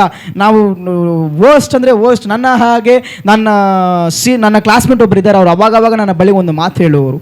ಅದು ಬಂದು ತಮಿಳಲ್ಲಿ ಇರೋರೆ, ತಂಬಿ உன்னை பார்த்தா எனக்கு நம்ம நீ தான் ಸಾತಾನಿಗೆ ಐಡಿಯಾ ಕೊಡುಗಿರೋ ಮಾರಿ ಹೇಗಿದ್ದೀರಾ ಎಲ್ಲத்தையும் ಬನ್ನಿ. ನೀನು ನೋಡಿದ್ರೆ ನೀನೇ ಸೈತಾನಿಗೆ ಇದೆಲ್ಲ ಮಾಡುವಂಥ ಆಲೋಚನೆ ಕೊಡೋ ಥರನೇ ಕಾಣಿಸ್ತಿದ್ಯಾ, ಅಷ್ಟು ಕೆಟ್ಟೋನಾಗಿದೆಯಾ ಕಣೋ ಅಂತ ನನ್ನ ಕ್ಲಾಸ್ಮೇಟ್ ಅವಾಗ ಅದನ್ನು ಬೈಬಲ್ ಕಾಲೇಜಲ್ಲೇ ಹೇಳುವರು. ನೀನು ನೋಡಿದ್ರೆ ಹಂಗೆ ಕಾಣಿಸ್ತಿದ್ದೆ ಅಂತ. ಯಾಕಂದರೆ ಅಷ್ಟು ಒಂದು ಕೀಳಾಗಿ ಆಲೋಚನೆಗಳು, ಒಂದು ಪರಿಶುದ್ಧ ಇಲ್ಲದಂಥ ಜೀವನವಾಗಿತ್ತು. ದೇವರು ಸೇವೆಗೆ ಕರೆದರು, ಎಷ್ಟೇ ಅನೇಕ ಕಾರ್ಯಗಳನ್ನು ಮಾಡಿದರು, ದೇವರು ನಡೆಸಿಕೊಂಡಂತ ಬಂದಂಥ ಹಾದಿಗಳು ತುಂಬ ವ್ಯತ್ಯಾಸವಾಗಿ ಎಲ್ಲಾದ ನಡ್ಕೊಂಡು ಬಂದರು. ಕೊನೆಯದಾಗ ಒಂದು ದಿವಸ ಬಂದಾಗ ಇದೇ ರೀತಿಯಾಗಿ ದೇವರ ಮುಂದೆ ಹೋಗಿ ನಾವು ಹೇಳ್ಬೇಕಾದ ಪರಿಸ್ಥಿತಿ ಬಂದ್ಬಿಟ್ಟು, ದೇವರೇ ನನ್ನ ಕೈಲಾಗುತ್ತಿಲ್ಲ, ದೇವರು ನಮ್ಮೊಂದಿಗಿದ್ದಾರೆ, ನನ್ನೊಂದಿಗಿದ್ದಾರೆ, ನನ್ನನ್ನು ಮರೆತು ಬಿಡುವಂಥ ಒಂದು ಪರಿಸ್ಥಿತಿ. ದೇವರು ನನ್ನನ್ನು ನಡೆಸುತ್ತಿದ್ದಾರೆ ಎಂಬ ಒಂದು ನನ್ನನ್ನು ನಾನು ಮರೆತು ಹೋಗ್ಬಿಟ್ಟೆ. ಅದನ್ನು ದೇವರನ್ನು ನಡೆಸುವುದನ್ನು ಮರೆತು ಹೋಗ್ಬಿಟ್ಟೆ. ಮರೆತು ಹೋದ್ಮೇಲೆ ನನಗೆ ನಂಬಿಕೆನೇ ಇಲ್ಲ, ದೇವರನ್ನು ನಡೆಸುತ್ತಾರೆ ನಂಬಿಕೆನೇ ಇಲ್ಲ. ಹೀಗೆ ಪ್ರಾರ್ಥನೆ ಎಲ್ಲ ಮಾಡಿ ದೇವರ ಇದನ್ನೆಲ್ಲ ಆಲೋಚನೆ ಮಾಡಿಕೊಂಡು ಕೆಲವೊಂದು ದಿವಸಗಳು ಹೀಗೆ ಹೋಗುತ್ತಿದೆ ಬೇಡ ಅಂತ. ಆಗ ದೇವರು ನೆನಪಿಗೆ ತರುತ್ತಿದ್ದಾರೆ, ಉನ್ನ ಎಪ್ಪಡಿ ನಾ ಉಳಿತಿಗೆ ಅಳಚನ್ ತೆರಿಮ್ಮ, ನಿನ್ನನ್ನು ಹೇಗೆ ನನ್ನ ದೇವರ ಸೇವೆಗೆ ಕರೆದೆ ಗೊತ್ತಾ, ನೀನು ಹೇಗೆ ಬದುಕುತ್ತಿದ್ದೆ ಗೊತ್ತಾ, ನಿನ್ನ ಜೀವನವು ಹೇಗಿತ್ತು ಗೊತ್ತಾ, ನೀನು ಇವಾಗ ನಿಂತಿರುವಂಥ ಸ್ಥಾನ, ನಿನಗೆ ಕೊಡಲ್ಪಟ್ಟಿದ್ದಂಥ ಈ ಒಂದು ಕಾರ್ಯ, ನಿನಗೆ ಕೊಡಲ್ಪಟ್ಟ ಜವಾಬ್ದಾರಿಗಳು ಎಂಥದ್ದು ಗೊತ್ತಂತ ದೇವರು ನೆನಪಿಗೆ ತರುತ್ತಿದ್ದಾರೆ. ಒಂದು ಫಸ್ಟ್ ಲಾಕ್ಡೌನ್ 2019ರಲ್ಲಿ ಫಸ್ಟ್ ಲಾಕ್ಡೌನ್ ಬಂದಾಗ ಉತ್ತರ ಪ್ರದೇಶ ಭಾಗದಲ್ಲಿ ಸೇವೆಗೆ ನಾವು ಹೋಗಿದ್ದು ಬೈಬಲ್ ಕಾಲೇಜ್ ಮುಖಾಂತರವಾಗಿ. ಎಲ್ಲವೂ ಮುಗಿತ್ತು, ಪ್ರಾಕ್ಟಿಕಲ್ ಟ್ರೈನಿಂಗ್ ಹೋಗಿದ್ದೇವೆ. ಎಲ್ಲ ಸ್ಟೂಡೆಂಟ್ಸು ಬಂದು ಎಲ್ಲ ನಾರ್ತ್ ಇಂಡಿಯನ್ಸ್, ಅವ್ರಿಗೆಲ್ಲ ಬರೀ 300-350 ಕಿಲೋಮೀಟರ್ 250 ಕಿಲೋಮೀಟರ್ ಅಷ್ಟೇ ಅವರವರ ಮನೆಗಳಿವೆ. ನನ್ನ ಸೌತ್ ಇಂಡಿಯಾದಿಂದ ಹೋಗಿದ್ದು ಒಂದೇ ಒಂದು ವ್ಯಕ್ತಿ, ನಾನೊಬ್ಬನೇ ಆಗಿದೆ, ಒಂದೇ ಒಂದು ಸ್ಟೂಡೆಂಟು. ನಾನು ಮಾತ್ರ ಏನು ಮಾಡಿ ಸೌತ್ ಇಂಡಿಯಿಂದ ಹೋಗಿದೆ, ಯಾಕಂದರೆ ಅವಾಗ ಲಾಕ್ಡೌನ್ ಪ್ಯಾನಿಕ್ ಅಂತ ಹೇಳಿದಾಗ ಅವಾಗ ಎಲ್ಲ ಪೋಷಕರು ಅವ್ರನ್ನ ಕಳಿಸಲಿಲ್ಲ. ನಾನು ಮನೆಗೆ ಹೇಳಿದೆ, ನಾನು ಒಟ್ಟು ಹೋಗ್ಬಿಟ್ಟೆ ಕಾಲೇಜ್ ಮುಖಾಂತರವಾಗಿ. ಅಲ್ಲಿ ಹೋದಾಗ ಲಾಕ್ಡೌನ್ ಆಗಿದೆ, ಪ್ರಾಕ್ಟಿಕಲ್ ಮಿನಿಸ್ಟ್ರಿ ಕ್ಯಾನ್ಸಲ್ ಆಗಿದೆ ಅಂತ ವಿಷಯ ತಿಳಿಸಿದ ಮೇಲೆ ಎಲ್ಲ ಸ್ಟೂಡೆಂಟ್ಸ್ ಪಕ್ಕದಲ್ಲೇ ಇದೆ ಮನೆ ಅಂದ್ಬಿಟ್ಟು ಎಲ್ಲ ಅವ್ರವ್ರ ಮನೆಗೆ ಓಡಿ ಸೇರ್ಕೊಂಡ್ಬಿಟ್ರೆ ನನಗೆ ಗೊತ್ತೇ ಇಲ್ಲ, ನನಗೆ ಈ ವಿಷಯನೇ ತಿಳಿದಿಲ್ಲ. ಇದನ್ನೆಲ್ಲ ನನಗೆ ಒಂದು ಸ್ಟೂಡೆಂಟ್ ಫ್ರೆಂಡ್ ನನಗೆ ಪಂಜಾಬಿಂದ ಫೋನ್ ಮಾಡಿ, ಬ್ರದರ್ ನೀವು ಮನೆಗೆ ಹೋಗಿಲ್ವ, ಎಲ್ಲರೂ ಮನೆಗೆ ಹೋಗ್ಬಿಟ್ರು, ನೀವೇನು ಬ್ರದರ್ ಇನ್ನೂ ಉತ್ತರ ಪ್ರದೇಶದಲ್ಲಿ ಇದ್ದೀರಾ ಅಂತ ಹೇಳಿದ್ದಾರೆ. ನನಗೆ ಅವಾಗ ತಿಳಿತಿದೆ ಏನಪ್ಪ ಅಂತ ಹೇಳಿದ್ರೆ, ಇಲ್ಲಿ ಪ್ರಾಕ್ಟಿಕಲ್ ಟ್ರೈನಿಂಗ್ ಕ್ಯಾನ್ಸಲ್ ಮಾಡಿದ್ದಾರೆ, ಎಲ್ಲ ಸ್ಟೂಡೆಂಟ್ಸು ಮನೆಗೆ ಹೋಗಿದ್ದಾರೆ. ನಮ್ಮದು ಮ್ಯಾನೇಜ್ಮೆಂಟ್ನ ಒಂದು ಮಾತು ತಿಳಿಸ್ಲಿಲ್ಲ. ಇವಾಗ ಹೋಗೋದಕ್ಕೂ ಆಗುತ್ತಿಲ್ಲ, ಒಂದು ಟ್ರೈನ್ ಇಲ್ಲ, ಬಸ್ ಇಲ್ಲ. ಮ್ಯಾನೇಜ್ಮೆಂಟ್ ಫೋನ್ ಮಾಡಿ ಕೇಳಿದ್ರೆ, you just take care of yourself ಅಂತ ಹೇಳ್ಬಿಟ್ಟು, ನಿನ್ನನ್ನು ನೀನೇ ನೋಡಿಕೋ ಅಂತ ಹೇಳ್ಬಿಟ್ರು. ಅಲ್ಲಿರುವಂಥ ಸೇವಕರು ಒಂದೇ ಮಾತು ಹೇಳಿದ್ರು, ನನಗಿಂತ ಅವರು ಅವಾಗ 2019 ಅವ್ರಿಗೆ 27 ವರ್ಷ ಅವಾಗ ವಯಸ್ಸು. ಅವರು ಹೇಳಿದ್ರು, ಬಿಡು ನೀನು ಇಲ್ಲೇ ಇದ್ದಕ್ಕೋ. ಅವರು ಮಲೆಯಲ್ಲಿ ಹಾಕಿದ್ರು, ಸೊ ನನಗೆ ತೊಂದರೆ ಇಲ್ಲ, ಮಾತಾಡೋದಕ್ಕೆ ಭಾಷೆ ತೊಂದರೆ ಇರಲಿಲ್ಲ, ನೀನು ಇಲ್ಲೇ ಇದ್ದಕ್ಕೋ ಅಂತ ಹೇಳಿದರು. ಇವಾಗ ನಮ್ಮೂರು ಇಲ್ಲಿರೋ ಹಿಂದಿ ಎತ್ಕೊಂಡೋಗಿ ಉತ್ತರ ಪ್ರದೇಶದಲ್ಲಿ ಮಾತಾಡಿದ್ರೆ ಚೆನ್ನಾಗಿರಲ್ಲ, ಇಲ್ಲಿರೋ ಭಾಷೆ ಬೇರೆ, ಅಲ್ಲಿರೋ ಭಾಷೆ ಬೇರೆ. ಈ ಥರ ಒಂದು ಪರಿಸ್ಥಿತಿ ತಗೊಳ್ಕೊಂಡಾಗ ಅಲ್ಲಿ ನಡೆದ ಒಂದು ಚಿಕ್ಕ ಒಂದು ಘಟನೆಯಲ್ಲಿ, ಅಲ್ಲಿ ಒಂದು ಸಭೆಯಲ್ಲಿ ತೊಂದರೆಯಲ್ಲಿ ಕೊನೆಗೆ ನನ್ನ ಮೇಲೆ ಒಂದು ಕಾರ್ಯ ಬಂದಿತ್ತು. ಆವಾಗ ದೇವರಲ್ಲಿ ನಾನು ಪ್ರಾರ್ಥನೆ ಮಾಡಿದೆ, ಈ ಸೇವೆನೇ ಬೇಡ ದೇವರೇ ನನಗೆ ಅಂತ, ಇದು ನನ್ನ ಕೈಲಿ ಆಗುವುದೇ ಇಲ್ಲ, ನನಗೆ ಬೇಡ ಅಂತೇಳಿ. ಆಗ ಆ ಸಮಯದ ಜೊತೆಗೆ ನನ್ನೊಂದಿಗಿದ್ದಂಥ ದೇವರು, ಹಲ್ಲೆಲೂಯಾ, ಅಂಥ ಪರಿಸ್ಥಿತಿಯಲ್ಲಿ 6 ತಿಂಗಳು ಕಾಲ ಫಸ್ಟ್ ಲಾಕ್ಡೌನ್ ಫುಲ್ಲು ಉತ್ತರ ಪ್ರದೇಶದಲ್ಲಿ ಇದ್ದುಕೊಂಡು ಸೇವೆ ಮಾಡುವಂತೆ ಯಾವುದೋ ಪರಿಸ್ಥಿತಿಗಳು ಬಂತು, ಏನೇನೋ ತೊಂದರೆಗಳು ಬಂತು. ನಾವಿದ್ದಂಥ ಸ್ಥಳದಲ್ಲಿ, ನಾವು ಊರಲ್ಲಿ ಇದ್ದಂಥ ಜಾಗದಲ್ಲಿ ಮೊಟ್ಟೆ ಕೂಡ ಸಹ ತಿನ್ನೋದಿಲ್ಲ. ಅಂಥ ಒಂದು ಜಾಗದಲ್ಲಿ ಈ ಬೈಬಲ್ನ ಬಂದು ಬ್ಯಾಗಲ್ಲಿ ಇಟ್ಕೊಂಡು ಹೋಗೋಕ್ಕಾಗಲ್ಲ. ಕೇಳ್ತಾರೆ, ಏನು ಎತ್ಕೊಂಡು ಹೋಗ್ತಿದ್ಯಾ, ಇಲ್ಲಿ ಬಂದು ನೀನು ಮತಾಂತರ ಮಾಡ್ತಿದ್ಯಾ ಅಂತ ಕೇಳ್ತಾರೆ. ಅಲ್ಲಿರುವಂಥ ಸೇವಕರು, ಮುಕ್ಕಾಲು ಭಾಗ ಸೇವಕರು ಯಾರು ಬೈಬಲ್ನೇ ಯೂಸ್ ಮಾಡೋದಿಲ್ಲ, ಯಾಕಂದರೆ ಹೋದರೆ ಹೊಡಿತಾರೆ ಪಾಸ್ಟರ್ ಅಂತ. ನನ್ನನ್ನು ಟ್ರೈನಿಂಗ್ ಮಾಡಿದ್ರೆ ಆ ಪಾಸ್ಟರ್ ಹೇಳಿದ್ರು, ಅಕ್ಷಯ್ ಇದು ಎಂಟ್ರೆನ್ಸ್ ಊರಿಗೆ, ಅದು ಆ ಕಡೆ ಓಡೋಗೋ ಜಾಗ, ಏನಾದರೂ ತೊಂದರೆ ಬಂದರೆ ಆ ರೂಟಿಂದ ನೀನು ಓಡೋಗ್ಬಿಡು, ಅಕ್ಕಂಗೆ ಫೋನ್ ಮಾಡ್ಕೊಂಡು ಮನೆಗೆ ಓಡೋಗ್ಬಿಡು, ಮಿಕ್ಕಿ ನಾನು ನೋಡ್ಕೊತೀನಿ ಅಂತ. ಈ ಥರ ಎಲ್ಲ ಟ್ರೈನಿಂಗ್ ಕರ್ಕೊಂಡೋಗಿ ದೇವರು ಇಷ್ಟೆಲ್ಲ ನಡೆಸಿಕೊಂಡು ಬಂದಾಗ, ಇದೆಲ್ಲ ಆದಮೇಲೆ ಕೆಲವು 2 ವರ್ಷಗಳ ಮುಂದೆ, 3 ವರ್ಷ ಮುಂಚೆ ನಾನು ಪ್ರಾರ್ಥನೆ ಮಾಡುತ್ತಿದ್ದೇನೆ, ನನಗೆ ಈ ಸೇವೆ ಬೇಡ ದೇವರೇ ಅಂತ. ಇವಾಗ ಹೆಂಗಿರ್ಬೋದು ದೇವರಿಗೆ? ಹಲ್ಲೆಲೂಯಾ. ಇಷ್ಟೆಲ್ಲ ಕಾರ್ಯಗಳು ಮಾಡಿಕೊಂಡು ಬಂದ ದೇವರು ತಿರ್ಗಿ ಅಲ್ಲಿಂದ ಇಲ್ಲಿಗೆ ತಗೊಂಡ್ಬಂದು ಕರ್ಕೊಂಡು ಬಂದ ದೊಡ್ಡ ಅತಿಶಯ. ಟ್ರೈನ್ ಮಿಸ್ ಆಗಿ ಒಂದು ದಿವಸಕ್ಕೆ ಒಂದು ಟ್ರೈನ್ ಇದ್ದು, ಆ ಟ್ರೈನೆಲ್ಲ ಮಿಸ್ ಮಾಡಿಕೊಂಡು ಹೆಂಗೆಂಗೋ ಬಂದು ಊರಿಗೆ ಬೆಂಗಳೂರು ಸೇರಿ ಎಲ್ಲೆಲ್ಲ ದೇವರು ಯಾವಾಗೋ ಸೇವೆ ಮಾಡ್ಕೊಂಡು ಬಂದಾಗ ಕೆಲವೊಂದು ಜಾಗದಲ್ಲಿ ಸುವಾರ್ತನೆ ಸಾರಕ್ಕಾಗದಿರೋ ಜಾಗದಲ್ಲೂ ಸಹ ಕರೆದುಕೊಂಡೋಗಿ ಸುವಾರ್ತನೆ ಸಾರುವಂಥ ದೇವರು ಮಾಡಿದ್ದಾರೆ. ಇದೆಲ್ಲ ಮಾಡಿದ್ದಾರೆ ದೇವರು. ಇವಾಗ ಎಲ್ಲ ಕಂಫರ್ಟ್ ಝೋನ್ ಬಂದ್ಬಿಟ್ಟು ಇವಾಗ ಸೇವೆ ಮಾಡಬೇಕಾ, ಅಕ್ಷಯ್ ಅಂತ ಕರೆಯುವಂಥ ಒಂದು ಸ್ಥಾನಕ್ಕೆ ಬಂದ ಮೇಲೆ ಇವಾಗ ನಾನು ಹೇಳ್ತಿದ್ದೇನೆ, I can't do the ministry. ಇವಾಗ ನಾನು ಹೇಳ್ತಿದ್ದೀನಿ, ಇವಾಗ ದೇವರಿಗೆ ಎಷ್ಟು ಕೋಪ ಬರಬೇಕು. ಏನೆಲ್ಲ ಮಾಡಿಕೊಟ್ಟೆ ನಾನು ನಿಂಗೆ, ಹೋಗಿ ನಿನ್ನನ್ನು ಕರೆದೆ ನೋಡು ಸೇವೆಗೆ, போய் ஒன்றை அழைச்சம்பரு ஊழியத்துக்கு, இதுக்காக ஒன்று அழைச்ச. நான் கிட்ட சொல்லிட்டு இருக்கேன், ஐயோ என்னால் முடியல ஆண்டவரே, என்னால் ஊழியம் பண்ண மாட்டான். அப்போ ஆண்டவர் இது எல்லாத்தையும் என் கண் முன்பதாக கொண்டு வருகிறார். ಇದನ್ನೆಲ್ಲವನ್ನು ದೇವರನ್ನ ಕಣ್ಣು ಮುಂದೆ ತರುತ್ತಿದ್ದಾರೆ. ಒಂದು ವೇಳೆ ಈ ಒಂದು ಪರಿಸ್ಥಿತಿ ನಿನ್ನ ಜೀವನದಲ್ಲಿ ಬರದೇ ಹೋಗಿದ್ದೇನೆ, ಒಂದು ವೇಳೆ ನಾನು ನಿನ್ನ ಜೀವನದಲ್ಲಿ ಇರದೇ ಹೋಗಿದ್ದರೆ, ನೀ ಎಲ್ಲಿ ಹೋಗಿರ್ ನನ್ನ ಒಂದು ವೈಯಕ್ತಿಕ ಸಾಕ್ಷಿ ಹೇಳಬೇಕಂತ ಹೇಳಿದರೆ, ನಿಜವಾಗ್ಲೂ ಹೇಳಬೇಕಂದ್ರೆ ದೇವರನ್ನ ಜೀವಿತ ಇಲ್ಲ ಅಂತ ಹೇಳಿ ನಾನು ಜೀವಂತವಾಗಿರೋದಕ್ಕೆ ಸಾಧ್ಯನೇ ಇಲ್ಲ. ಯಾಕಂದರೆ ಅಷ್ಟು ಕೆಟ್ಟವನು. ದೇವರು ಕಾಪಾಡಿದನು, ದೇವರು ಮಾತ್ರ ಈತನು ನನ್ನ ಸೇವೆಗೆ ಬೇಕಂತೇಳಿ ನನ್ನನ್ನು ಏನು ಮಾಡಿದ್ರು, ತೆಗೆದು ಇಲ್ಲಿಗೆ ತಂದು ನಿಲ್ಲಿಸಿದರು. ದೇವರು ನಮ್ಮೊಂದಿಗೆ ಇದ್ದಾರೆ ಎಂಬ ನಂಬಿಕೆ ಯಾವಾಗ ನನ್ನ ಇಲ್ಲ ಅಂತ ನನ್ನಲ್ಲಿ ಯಾವಾಗ ನಂಬಿಕೆ ಕೊರತೆ ಆಯಿತೋ ಆವಾಗ ನನ್ನ ಜೀವಿತದಲ್ಲಿ ಅನೇಕ ತೊಂದರೆಗಳು ಇನ್ನೂ ಹೆಚ್ಚಾದವು. ನಾನು ದೇವರು ಬಿಟ್ಟು ದೂರನೇ ಹೋಗ್ಬಿಡೋಣ ಅನ್ನೋ ಪರಿಸ್ಥಿತಿಗಳು. ಯಾಕೆ ದೇವರ ನಂಬಿಕೆ ಇಲ್ಲ ಅಂದಮೇಲೆ ಇದನ್ನು ಓದಕ್ಕೆ ಕೇಳುತ್ತಾ? ಆಗಲ್ಲ. ದೇವರು ನಮ್ಮೊಂದಿಗೆ ಇದ್ದಾರೆ ಎಂಬ ನಂಬಿಕೆ ಹೋದ ಮೇಲೆ ನೀವು ಪ್ರಾರ್ಥನೆ ಮಾಡೋಕ್ಕಾಗುತ್ತಾ? ಇವಾಗ ಏನೋ ಒಂದು ತೊಂದರೆ ತಕ್ಷಣ ಮನುಷ್ಯರು ನೋಡ್ಕೊಂಡು ಹೋಗ್ತೇವೆ ಹೊರತು ದೇವರು ನೋಡ್ಕೊಂಡು ಬರಲ್ಲ. ಖಂಡಿತ ಅದು ನಡೀತದೆ. ಇದೆಲ್ಲ ಆದ ಮೇಲೆ ದೇವರು ಪುನಃ ಕಣ್ಣು ಮುಂದೆ ತರುತ್ತಿದ್ದಾರೆ. ನಾನಿನನ್ನು ಹೇಗೆ ಕರೆದೆ, ನಾನಿನನ್ನು ಹೇಗೆ ಬಳಸಬೇಕೆಂದು ತೀರ್ಮಾನ ಮಾಡಿದ್ದೇನೆ. ಪುನಃ ಸೇವೆಗೆ ನಿಲ್ಲುವಂತೆ ದೇವರು ಕೃಪೆಯನ್ನು ಕೊಟ್ಟರು. ಪ್ರಿಯ ದೇವರ ಮಕ್ಕಳೇ, ನನ್ನ ವೈಯಕ್ತಿಕ ಜೀವನದಲ್ಲಿ ನನ್ನಗಿಂತ ಹೆಚ್ಚಾಗಿ ಅನೇಕರ ಜೀವನದಲ್ಲಿ ಅನೇಕ ಕಾರ್ಯಗಳನ್ನು ದೇವರು ಮಾಡಿರಬಹುದು. ದೇವರು ನಮ್ಮೊಂದಿಗಿದ್ದಾರೆ ಎಂಬ ಕಾರ್ಯವನ್ನು ಮಾತ್ರ ಮರೆತು ಹೋಗಬೇಡಿರಿ. ಆತ ನಮ್ಮೊಂದಿಗಿದ್ದಾರೆ ಎಂಬುದಕ್ಕೆ ಒಂದೇ ಒಂದು ಉದಾಹರಣೆ ಅನ್ಕೊಡ್ಲಾ? ಹಲ್ಲೆಲೂಯಾ. ಒಂದೇ ಒಂದು ಉದಾಹರಣೆ, ಆತ ನಮ್ಮೊಂದಿಗೆ ಒಂದು ಉದಾಹರಣೆ ಕೊಡ್ಲಾ? ನಾನು ಕಳೆದ ವಾರನೂ ಇದನ್ನು ಹೇಳಿದೆ, ಈ ವಾರ ಇದನ್ನು ಹೇಳುತ್ತಿದ್ದೇನೆ. ನಾವು ಜೀವಂತವಾಗಿ ಇರುವುದೇ ದೇವರ ಒಂದು ಕೃಪೆಯಾಗಿದ್ದೆ. ಆದರೆ ಜೀವಂತವಾಗಿ ಇಟ್ಟಿರೋ ಎಷ್ಟು ಜನ ಹಾಸ್ಪಿಟ್ಲ್ಗಳು ಹೋಗಿ ನೋಡಿದ್ದೀರಾ? ಒಂದು ತಾಯಿಗೋಸ್ಕರ ಕಳೆದ 2 ತಿಂಗಳು ಮುಂಚಿತವಾಗಿ ನಾನು ಕ್ಯಾನ್ಸರ್ ಪೇಷಂಟ್ ಹೋದಾಗ ನಿಜವಾಗ್ಲೂ ಹೇಳುತ್ತೇನೆ, ಅಲ್ಲಿ ಅವರುಗಳು ಪಡ್ತಿರೋ ಕಷ್ಟಗಳು ನೋಡಿದಾಗ ಒಂದು ಚಿಕ್ಕ ಹುಡುಗ ಅವನಿಗೆ ತಲೆ ಫುಲ್ಲು ಕೂದಲು ಬೋಡಿಸ್ಬಿಟ್ಟು ಆತನಿಗೆ ಏನು ತಿನ್ನೋದಕ್ಕಾಗಲ್ಲ, ಲಿಕ್ವಿಡ್ ಥರ ಒಂದು ಕ್ಯಾಪನ್ನು ಕೊಟ್ಟು ಅಲ್ಲಿಂದ ಜ್ಯೂಸ್ ಕೊಟ್ಟು, ಚಿಕ್ಕ ಹುಡುಗ, ಮುಸ್ಲಿಂ ಯಾರಾಗಿರಲಿ, ಅಷ್ಟೋ ಪರಿಸ್ಥಿತಿಲಿರೋದ್ರಿಂದ ದೇವರು ನಮ್ಮೊಂದಿಗಿದ್ದು ನಮ್ಮನ್ನು ನಡೆಸುತ್ತಿದ್ದಾರೆ. ಯಾವುದೇ ಕಾರ್ಯವಾಗಿರಲಿ ಪ್ರಿಯ ದೇವರ ಮಕ್ಕಳು, ಈ ಸಭೆಯ ಮುಖಾಂತರವಾಗಿ ದೇವರು ಮಾಡಬೇಕಾಗಿರೋ ಕಾರ್ಯಗಳು ದೊಡ್ಡದಾಗಿದೆ. ಆದರೆ ಒಂದು ಕಾರ್ಯ ತಿಳಿದುಕೊಳ್ಳಿ, ನನ್ನ ಕೈಲಿ ಆಗೋದಿಲ್ಲ ಅಂತ ಮಾತ್ರ ಹಿಂಜರಿಯಕ್ಕೆ ಹೋಗ್ಬೇಡ್ರಿ. ದೇವರು ನನ್ನೊಂದಿಗಿದ್ದಾರೆ ಅಂತ ಮುಂದೆ ಹೋಗಿರಿ. ಯಾವುದೇ ಪರಿಸ್ಥಿತಿ, ಯಾವುದೇ ತೊಂದರೆ ಆಗಿರಲಿ, ದೇವರು ಬದಲಾಯಿಸಲು ಆತನ ಶಕ್ತನಾಗಿದ್ದಾರೆ. ಈ ಮೋಸೆ ಯಾವಾಗ ಇದನ್ನೆಲ್ಲ ಬಿಟ್ಟು ದೇವರನ್ನೊಂದಿಗಿದ್ದಾರೆ ಅಂತ ನಡೆದುಕೊಂಡು ಹೋದರೋ ಎಲ್ಲವನ್ನು ದೇವರು ಹೊಡೆದು ಬಿಸಾಕಿದ್ರು. ಆತನು ಹೋಗುವ ಕಡೆಲ್ಲ ತೊಂದರೆಗಳಿದ್ದೇ ಇತ್ತು, ಆದರೆ ದೇವರು ಬಿಡಲಿಲ್ಲ. ಆತನನ್ನು ಏನು ಮಾಡಿದ್ರು? ನಡೆಸಿಕೊಂಡು ಹೋಗುತ್ತಲೇ 40 ವರ್ಷಗಳ ಕಾಲ ಅವರ ಪ್ರಯಾಣವೂ ನಡೀತಿತ್ತು. ಹಲ್ಲೆಲೂಯಾ. ಅದರಿಂದ ಇನ್ನೂ ಅನೇಕ ಸತ್ಯಗಳಿವೆ. ನಾವು ಸಮಯಗಳು ಸಿಕ್ಕಿದಾಗ ಅದರ ಬಗ್ಗೆ ನಾವು ತಿಳಿದುಕೊಳ್ಳೋಣ. ದೇವರು ನಮ್ಮೊಂದಿಗಿದ್ದಾರೆ ಎಂಬ ನಂಬಿಕೆಯನ್ನು ಮಾತ್ರ ನೀವು ಬಿಟ್ಟು ಬಿಡಲೇಬೇಡಿರಿ. ಆತ ನಮ್ಮೊಂದಿಗಿದ್ದು ನಡೆಸುವಾತಾಗಿದ್ದಾರೆ. ನಿಮ್ಮ ವೈಯಕ್ತಿಕ ಜೀವನವಾಗಿರಲಿ, ದೇವರ ಸೇವಕರೊಂದಿಗೆ ಸೇರಿ ಸೇವೆ ಮಾಡುವ ಒಂದು ಕಾರ್ಯವಾಗಿರಲಿ, ಯಾರನ್ನೂ ಸುಮ್ಮನೆ ದೇವರು ಸೇವೆಯಲ್ಲಿ ನಿಲ್ಲಿಸುವುದಿಲ್ಲ. ಪ್ರಿಯ ಮಕ್ಕಳೇ, ಒಂದು ಸೇವಕರೊಂದಿಗೆ ನಿಂತು ಸೇವೆ ಮಾಡಬೇಕು ಅಂತ ಹೇಳಿದರೆ ಸುಮ್ಮನೆ ಏನೋ ಯಾರೋ ಇಲ್ಲ, ಟೈಮ್ ಇಲ್ಲ, ನೀನು ಬಂದು ಮಾಡು, ಯಾರೋ ಇಲ್ಲ, ಹಂಗಲ್ಲ. ದೇವರು ಸುಮ್ಮನೆ ಕರೆಯುವುದಿಲ್ಲ, ಕಾರಣದೊಂದಿಗೆ ಅವರನ್ನು ದೇವರು ಕರೆದಿರುತ್ತಾರೆ. ಆತನು ಒಂದು ಮನುಷ್ಯನ ಹುಟ್ಟುವುದರಿಂದ ಹಿಡಿದು ಸಾಯುವ ತನಕ ಆತನ ಒಂದು ಪ್ಲಾನ್ ದೇವರ ಬಳಿಯಲ್ಲಿ ಮಾತ್ರ ಇರ್ತಾ ಹೊರತು ಮನುಷ್ಯರ ಬಳಿಯಲ್ಲ. ಯಾರು ವ್ಯರ್ಥವಾಗಿ ತೆಗೆದುಕೊಳ್ಳಬೇಡಿರಿ. ದೇವರು ನಮ್ಮನ್ನು ಉಪಯೋಗಿಸುತ್ತಿದ್ದಾರೆ ಅಂತ ಹೇಳಿದ್ದಾರೆ, ಅದನ್ನು ದೇವರಿಗೆ ಇನ್ನು ಉನ್ನತವಾಗಿ ಕೊಡಲಿಕ್ಕೆ ಆಲೋಚನೆ ಮಾಡಿರಿ ಹೊರತು ದೇವರು ನಮ್ಮೊಂದಿಗೆ ಇಲ್ಲ ಎಂಬ ನಂಬಿಕೆಯನ್ನು ಬಿಟ್ಟು ದೇವರಿಂದ ದೂರ ಹೋಗಲಿಕ್ಕೆ, ಹಿಂಜರಿದಕ್ಕೆ ಪ್ರಯತ್ನ ಪಡಬೇಡಿ. ನಾವೆಲ್ಲರೂ ದೇವರ ಸಮ್ಮುಖದಲ್ಲಿ ಮೊಣಕಾಲೂರೋಣ. ದೇವರು ನಮ್ಮನ್ನು ನಡೆಸುವಾತನಾಗಿದ್ದಾರೆ. ಆತ ನಮ್ಮನ್ನು ಕರೆದು ನಡೆಸುವನಾಗಿದ್ದಾರೆ. ಇಸ್ರೇಲ್ ಜನರನ್ನು ಮೋಸೆ ನಡೆಸಿಕೊಂಡು ಬರಬೇಕಾದ್ರೆ ಸ್ವಂತ ಜನರೇ ಆತನನ್ನು ಎಷ್ಟೋ ಕೀಳಾಗಿ ಮಾತನಾಡಿದರು. ಯಾರಿಗೋಸ್ಕರ ಮೋಸೆ ಕಳಿಸಿದರು ಆ ಜನರೇ ಆತನನ್ನು ತುಂಬಾ ಕೀಳಾಗಿ ಮಾತನಾಡಿದ್ದರು. ಆದರೂ ಸಹ ಮೋಸೆ ಬಿಡಲಿಲ್ಲ. ಮೋಸೆ ದೇವರೊಂದಿಗೆ ನಂಬಿಕೆ ಇಟ್ಟಿದ್ದನು, ದೇವರ ಮೇಲೆ ನಂಬಿಕೆ ಇಟ್ಟಿದ್ದನು.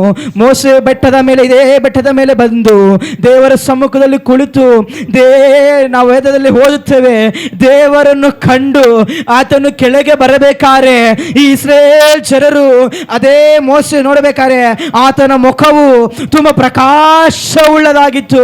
ಈ ಜನರಿಂದ ಮೋಸೆಯ ಮುಖ ನೋಡೋದಿಕ್ಕಾಗಲಿಲ್ಲ. ಆತನ ದೇವರ ಸಮ್ಮುಖದಲ್ಲಿ ಕಾದು ಕುಳಿತು ಬಂದನು. ಪ್ರಿಯ ದೇವರ ಮಕ್ಕಳೇ, ದೇವರು ನಮ್ಮನ್ನು ಕೊಂಡು ಅನೇಕ ಕಾರ್ಯ ಮಾಡಲಿಕ್ಕಿದ್ದಾರೆ. ನಮ್ಮನ್ನು ಅರ್ಪಣಿಸಬೇಕಾದ ಪರಿಸ್ಥಿತಿ ಬಂದಿದ್ದೇವೆ. ಅದು ಚಿಕ್ಕ ಕಾರ್ಯವಾಗಿರಲಿ, ದೊಡ್ಡ ಕಾರ್ಯವಾಗಿರಲಿ, ಸೇವಕರೊಂದಿಗೆ ಸೇರಿ ಮಾಡುವ ಕಾರ್ಯವಾಗಿರಲಿ, ವೈಯಕ್ತಿಕ ಜೀವನವಾದ ಕಾರ್ಯವಾಗಿರಲಿ, ಇಲ್ಲ ಈ ಸಮುದಾಯದಲ್ಲಿ ಮಾಡಬೇಕಾದ ಕಾರ್ಯವಾಗಿರಲಿ, ಎಲ್ಲವನ್ನು ದೇವರಿಂದ ಮಾಡಲಿಕ್ಕೆ ಸಾಧ್ಯ. ನನ್ನಿಂದ ಆಗುವುದಿಲ್ಲ, ನಾನು ಮಾಡೋದಕ್ಕಾಗುವುದನ್ನು ಆಲೋಚನೆ ಮಾಡಬೇಡಿ. ದೇವರು ನಮ್ಮೊಂದಿಗಿದ್ದಾರೆ. ದೇವರು ನಮ್ಮ ಸಂಗಡ ಇರುವಾತನಾಗಿದ್ದಾರೆ. ನಾವೆಲ್ಲರೂ ದೇವರ ಸಮ್ಮುಖದಲ್ಲಿ, ಅಪ್ಪ ನೀನು ಕರೆದಂತ ಈ ಕರೆಗೆ ஆண்டவரே நீர் அழைத்த இந்த அழைப்புக்கு, ஆண்டவரே நீர் கொடுக்கப்பட்ட இந்த அழைப்புக்கு ஆண்டவரேப்பா உறுதியாய் நிற்கும்படியாய், உறுதியாய் ஓடும்படியாய் தகப்பனேப்பா நீர் எங்களோடு இருந்து காரியங்களை வாய்க்க செய்கிற கர்த்தராக இருக்கிற உமக்கு நன்றி ராஜா. ஆண்டவரேப்பா செங்கடலை இரண்டாய் பிளந்து ஜனங்களை நடத்தி சென்ற மோசையோடு இருந்த தெய்வமே, எங்களோடு இருக்கிற தெய்வமாக இருக்கும் உமக்கு நன்றி ராஜா. எங்களால் முடியாது என்று நாங்கள் சோர்ந்து போகும்போது, எங்களால் ஆகாது என்று நாங்கள் சோர்ந்து போகும்போது எங்களோடு இருந்து நடத்துகிற வல்லவராக இருக்கிற உமக்கு நன்றி ராஜா. ராஜா. வல்லவராக இருக்கிற உமக்கு நன்றி ராஜா. ஆண்டவரே அப்பா, எங்களால் முடியாது என்று நாங்கள் உடைந்து போகும்போது நீர் எங்களோடு வந்து நின்று நான் உம்மோடு இருக்கிறேன் என்ற வசனத்தின்படியாக, அவர் உறங்குவதும் இல்லை தூங்குவதும் இல்லை என்ற வசனத்தின்படியாக நீர் எங்களை காண்கின்ற தேவன், நீர் எங்களை காக்கின்ற தேவனாக இருக்கிறீர். உமக்கே நன்றி ராஜா. இத்தனை வருடங்கள் எங்களை பாதுகாத்து நடத்தி வந்திரே, உமக்கு நன்றி ராஜா. தொடர்ந்து இந்த ஓட்டத்தை தகப்பனப்பா உமக்கு நீதியாய் ஓடும்படியாய் தகப்பனப்பா நீ கிருபைகள் கொடுக்கும்படியாய் செபிக்கிறோம் ஆண்டவரப்பா. உம்முடைய கரத்திலே நாங்கள் ಅರ್ಪಣಿக்கிறோம் ಆಂಡ್ರಪ್ಪ. ಪಾದುಗಾತುಕೊಳ್ಳುಂ ಅಪ್ಪ, ನಿಮ್ಮ ಕರದಲ್ಲಿ ಅರ್ಪಣಿಸುತ್ತಿದ್ದೇವಪ್ಪ. ನಮ್ಮನ್ನು ನಾವು ಕರ್ತನೆಪ್ಪ ಎಂದಿಗೂ ನೀವು ನಮ್ಮೊಂದಿಗೆ ಇಲ್ಲ ಅಂದರೆ ನಾವು ಹಿಂಜರಿಯದಂತೆ ಕರ್ತನೆಪ್ಪ, ನಿಮ್ಮ ಮೇಲಿಟ್ಟು ನಂಬಿಕೆಯೊಂದಿಗೆ ಮುಂದುವರೆದು ಹೋಗುವಂತೆಪ್ಪ.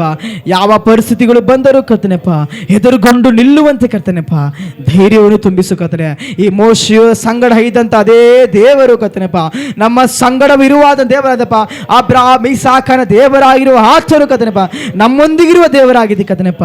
ನಿಮ್ಮ ನಾಮಕ್ಕೆ ಮಹಿಮೆ ಉಂಟಾಗಲಿ ಕರ್ತನೆಪ್ಪ. ನಮ್ಮನ್ನು ಅರ್ಪಣಿಸಿದ ಕಾದುಗಳು ಮರೆಮಾಚಿಕೊಳ್ಳಿ. ಯೇಸುವಿನ ಮುದ್ದಾದ ಪ್ರಾರ್ಥನೆ ಮಾಡಿ ಬೇಡು ಸ್ವರ್ಗೀಯ ತಂದೆಯೇ, ಆಮೇನ್ ಆಮೇನ್.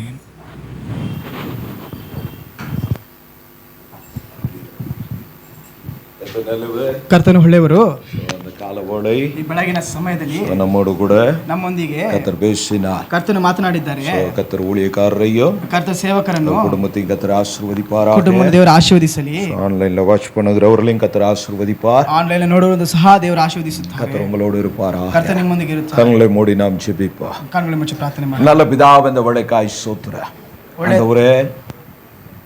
ದೇವರೇ, இந்த கால வேளை ಈ ಬೆಳಗಿನ ಸಮಯದಲ್ಲಿ சமூகத்துல வரவும், ನಿಮ್ಮ ಸಮ್ಮುಖದಲ್ಲಿ ಬರುತ್ತೇವೆ, ஆராதிக்கவும், ನಿಮ್ಮನ್ನು ಆರಾಧಿಸುವ, தொழுது கொள்ளவும், ನಿಮ್ಮನ್ನು ಸ್ತುತಿಸುವಂತೆ, மகிமைப்படுத்த, ನಿಮ್ಮನ್ನು ಮಹಿಮೆಪಡಿಸುವಂತೆ பாராட்டின இரக்கங்களுக்காய் கருவைக்காய் ನೀವು ஸ்தோத்திரம். ಕೊಡದ ಕೃಪೆಗಳಿಗಾಗಿ ಸ್ತೋತ್ರ ಕರ್ತನೆ. இப்பொழுதும் தெய்வமே கொண்டு பேசி ನೀವು ನಮ್ಮೊಂದಿಗೆ ಮೋಸೆ ಮುಖಾಂತರ ಮಾತನಾಡಿದರೆ மோசனுடைய வாழ்க்கையின் அனுபவங்கள் ಮೋಸೆ ಜೀವನದ ಅನುಭವಗಳನ್ನು கர்த்தர் ಯಾர் என்பதை தெரிந்தோ ದೇವನು ಯಾರೆಂದು ತಿಳಿದರು, ஆகாது என்று சொல்லி ನನ್ನಿಂದ ಹಾಗಲ್ಲ ಅಂತ ಹೇಳಿ பின்வாங்க நினைத்த போது ಅವನು ಹಿಂಜರಿದು ನೆನೆಸಿಕೊಂಡಾಗ அவனை தைரியப்படுத்தி ಅವನ அனுப்பினீர். ಧೈರ್ಯ ತುಂಬಿಸಿ ನಡೆಸಿದ್ದೀರಿ. இப்பொழுது எங்களுக்கு நீர் வாக்கு ಇವಾಗ கொடுத்திருக்கிறீர். ನಮಗೂ ನೀವು ವಾಗ್ದಾನ ಕೊಟ್ಟಿದ್ದೀರಿ. நாங்களும் மோசே போல ನಾವು ಮೋಸೆಯ ಮುಖ என்னால ஆகாது என்று சொல்லி, ನಮ್ಮಿಂದ ಹಾಗಾದೆಂದು இது ಹೇಳಿ, எனக்கு சாத்தியமில்லை என்று ನನಗಿದು சொல்லி, ಸಾಧ್ಯವಿಲ್ಲ ಅಂತ ಹೇಳಿ, வழி விலகுகிறவனா இல்லாத ನಾನು ಹಿಂಜರಿದನಾಗಲ್ಲ, வழி விலகுகிறவர்களா இல்லாத ದಾರಿ ತಪ್ಪುವನಾಗಿರದಂತೆ கடைசி வரை ಈ ಕೊನೆಯವರೆಗೂ என்னோடு கூட இருக்கிறவர், ನಮ್ಮೊಂದಿಗೆ ಇರುವವರು, உலகத்தை ஜெயித்த ಈ தெய்வம் ಲೋಕವನ್ನು ಜಯಿಸಿದ ದೇವರು, நான் மறக்காமல் ನಾನು ಮರೆಯದಂತೆ, மனதில் கொண்டு நான் தொடர்ந்து ನಾನು ಮನಸ್ಸಲ್ಲಿ ಇಟ್ಕೊಂಡು ಮುಂದುವರಿಯದಂತೆ காலவோடு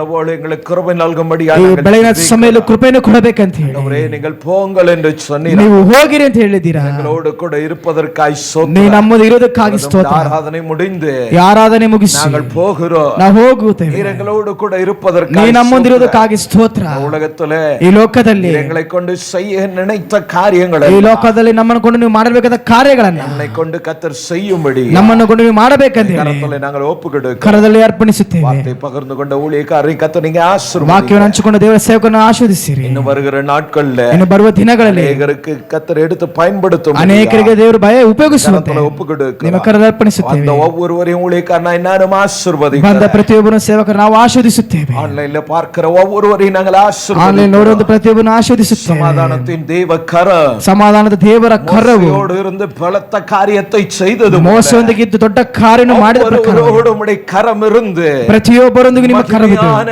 காரியங்களை ಮಹಿಮೆಯಾದ ಕಾರ್ಯಗಳನ್ನು வாழ்விலே அவர்கள் குடும்பத்திலே ಅವರ ಜೀವನ ಅವರ அவர்கள் ಕುಟುಂಬದಲ್ಲಿ வேலை ಸ್ಥಳத்திலே, ಅವರ அவர்கள் பிரயாசங்களிலே, ಅವರ ಕೆಲಸಗಳಲ್ಲಿ ಸ್ಥಳದಲ್ಲಿ வியாபாரங்களிலே, அவர்கள் ವ್ಯಾಪಾರದಲ್ಲಿ போக்கிலும் வரத்திலும் ಹೋಗಲು ಬರುವಾಗಲೂ கர்த்தருடைய கரம் மகிமையானதை செய்யும்படி கர்த்தன- நாங்கள் ஒப்புக்கொடுக்கிறோம். ಕರ್ತನ ಕರ ಮಹತ್ವವನ್ನು ಮಾಡಬೇಕೆಂದು ಅರ್ಪಣಿಸುತ್ತೇವೆ. ஒவ்வொருவரையும் நாங்கள் ஆசீர்வதிக்கிறோம். ಪ್ರತಿಯೊಬ್ಬರನ್ನು ಆಶೀರ್ವದಿಸುತ್ತೇವೆ. ஒவ்வொருவரும் ஆசீர்வாதமாய் இருக்கட்டும். ಪ್ರತಿಯೊಬ್ಬರ ಆಶೀರ್ವಾದ ಆಗಿರುವಂತೆ தேவ கிருபை பெருக எங்களை ஒப்புக்கொடுக்கிறோம். ದೇವರ ಕೃಪೆಯಿಂದ ನಿಮ್ಮ ಆಂಚೆ ಒಪ್ಪಿಸುತ್ತೇವೆ இயேசுவின் நாமத்தில் ಯೇಸುವಿನ ನಾಮದಲ್ಲಿ.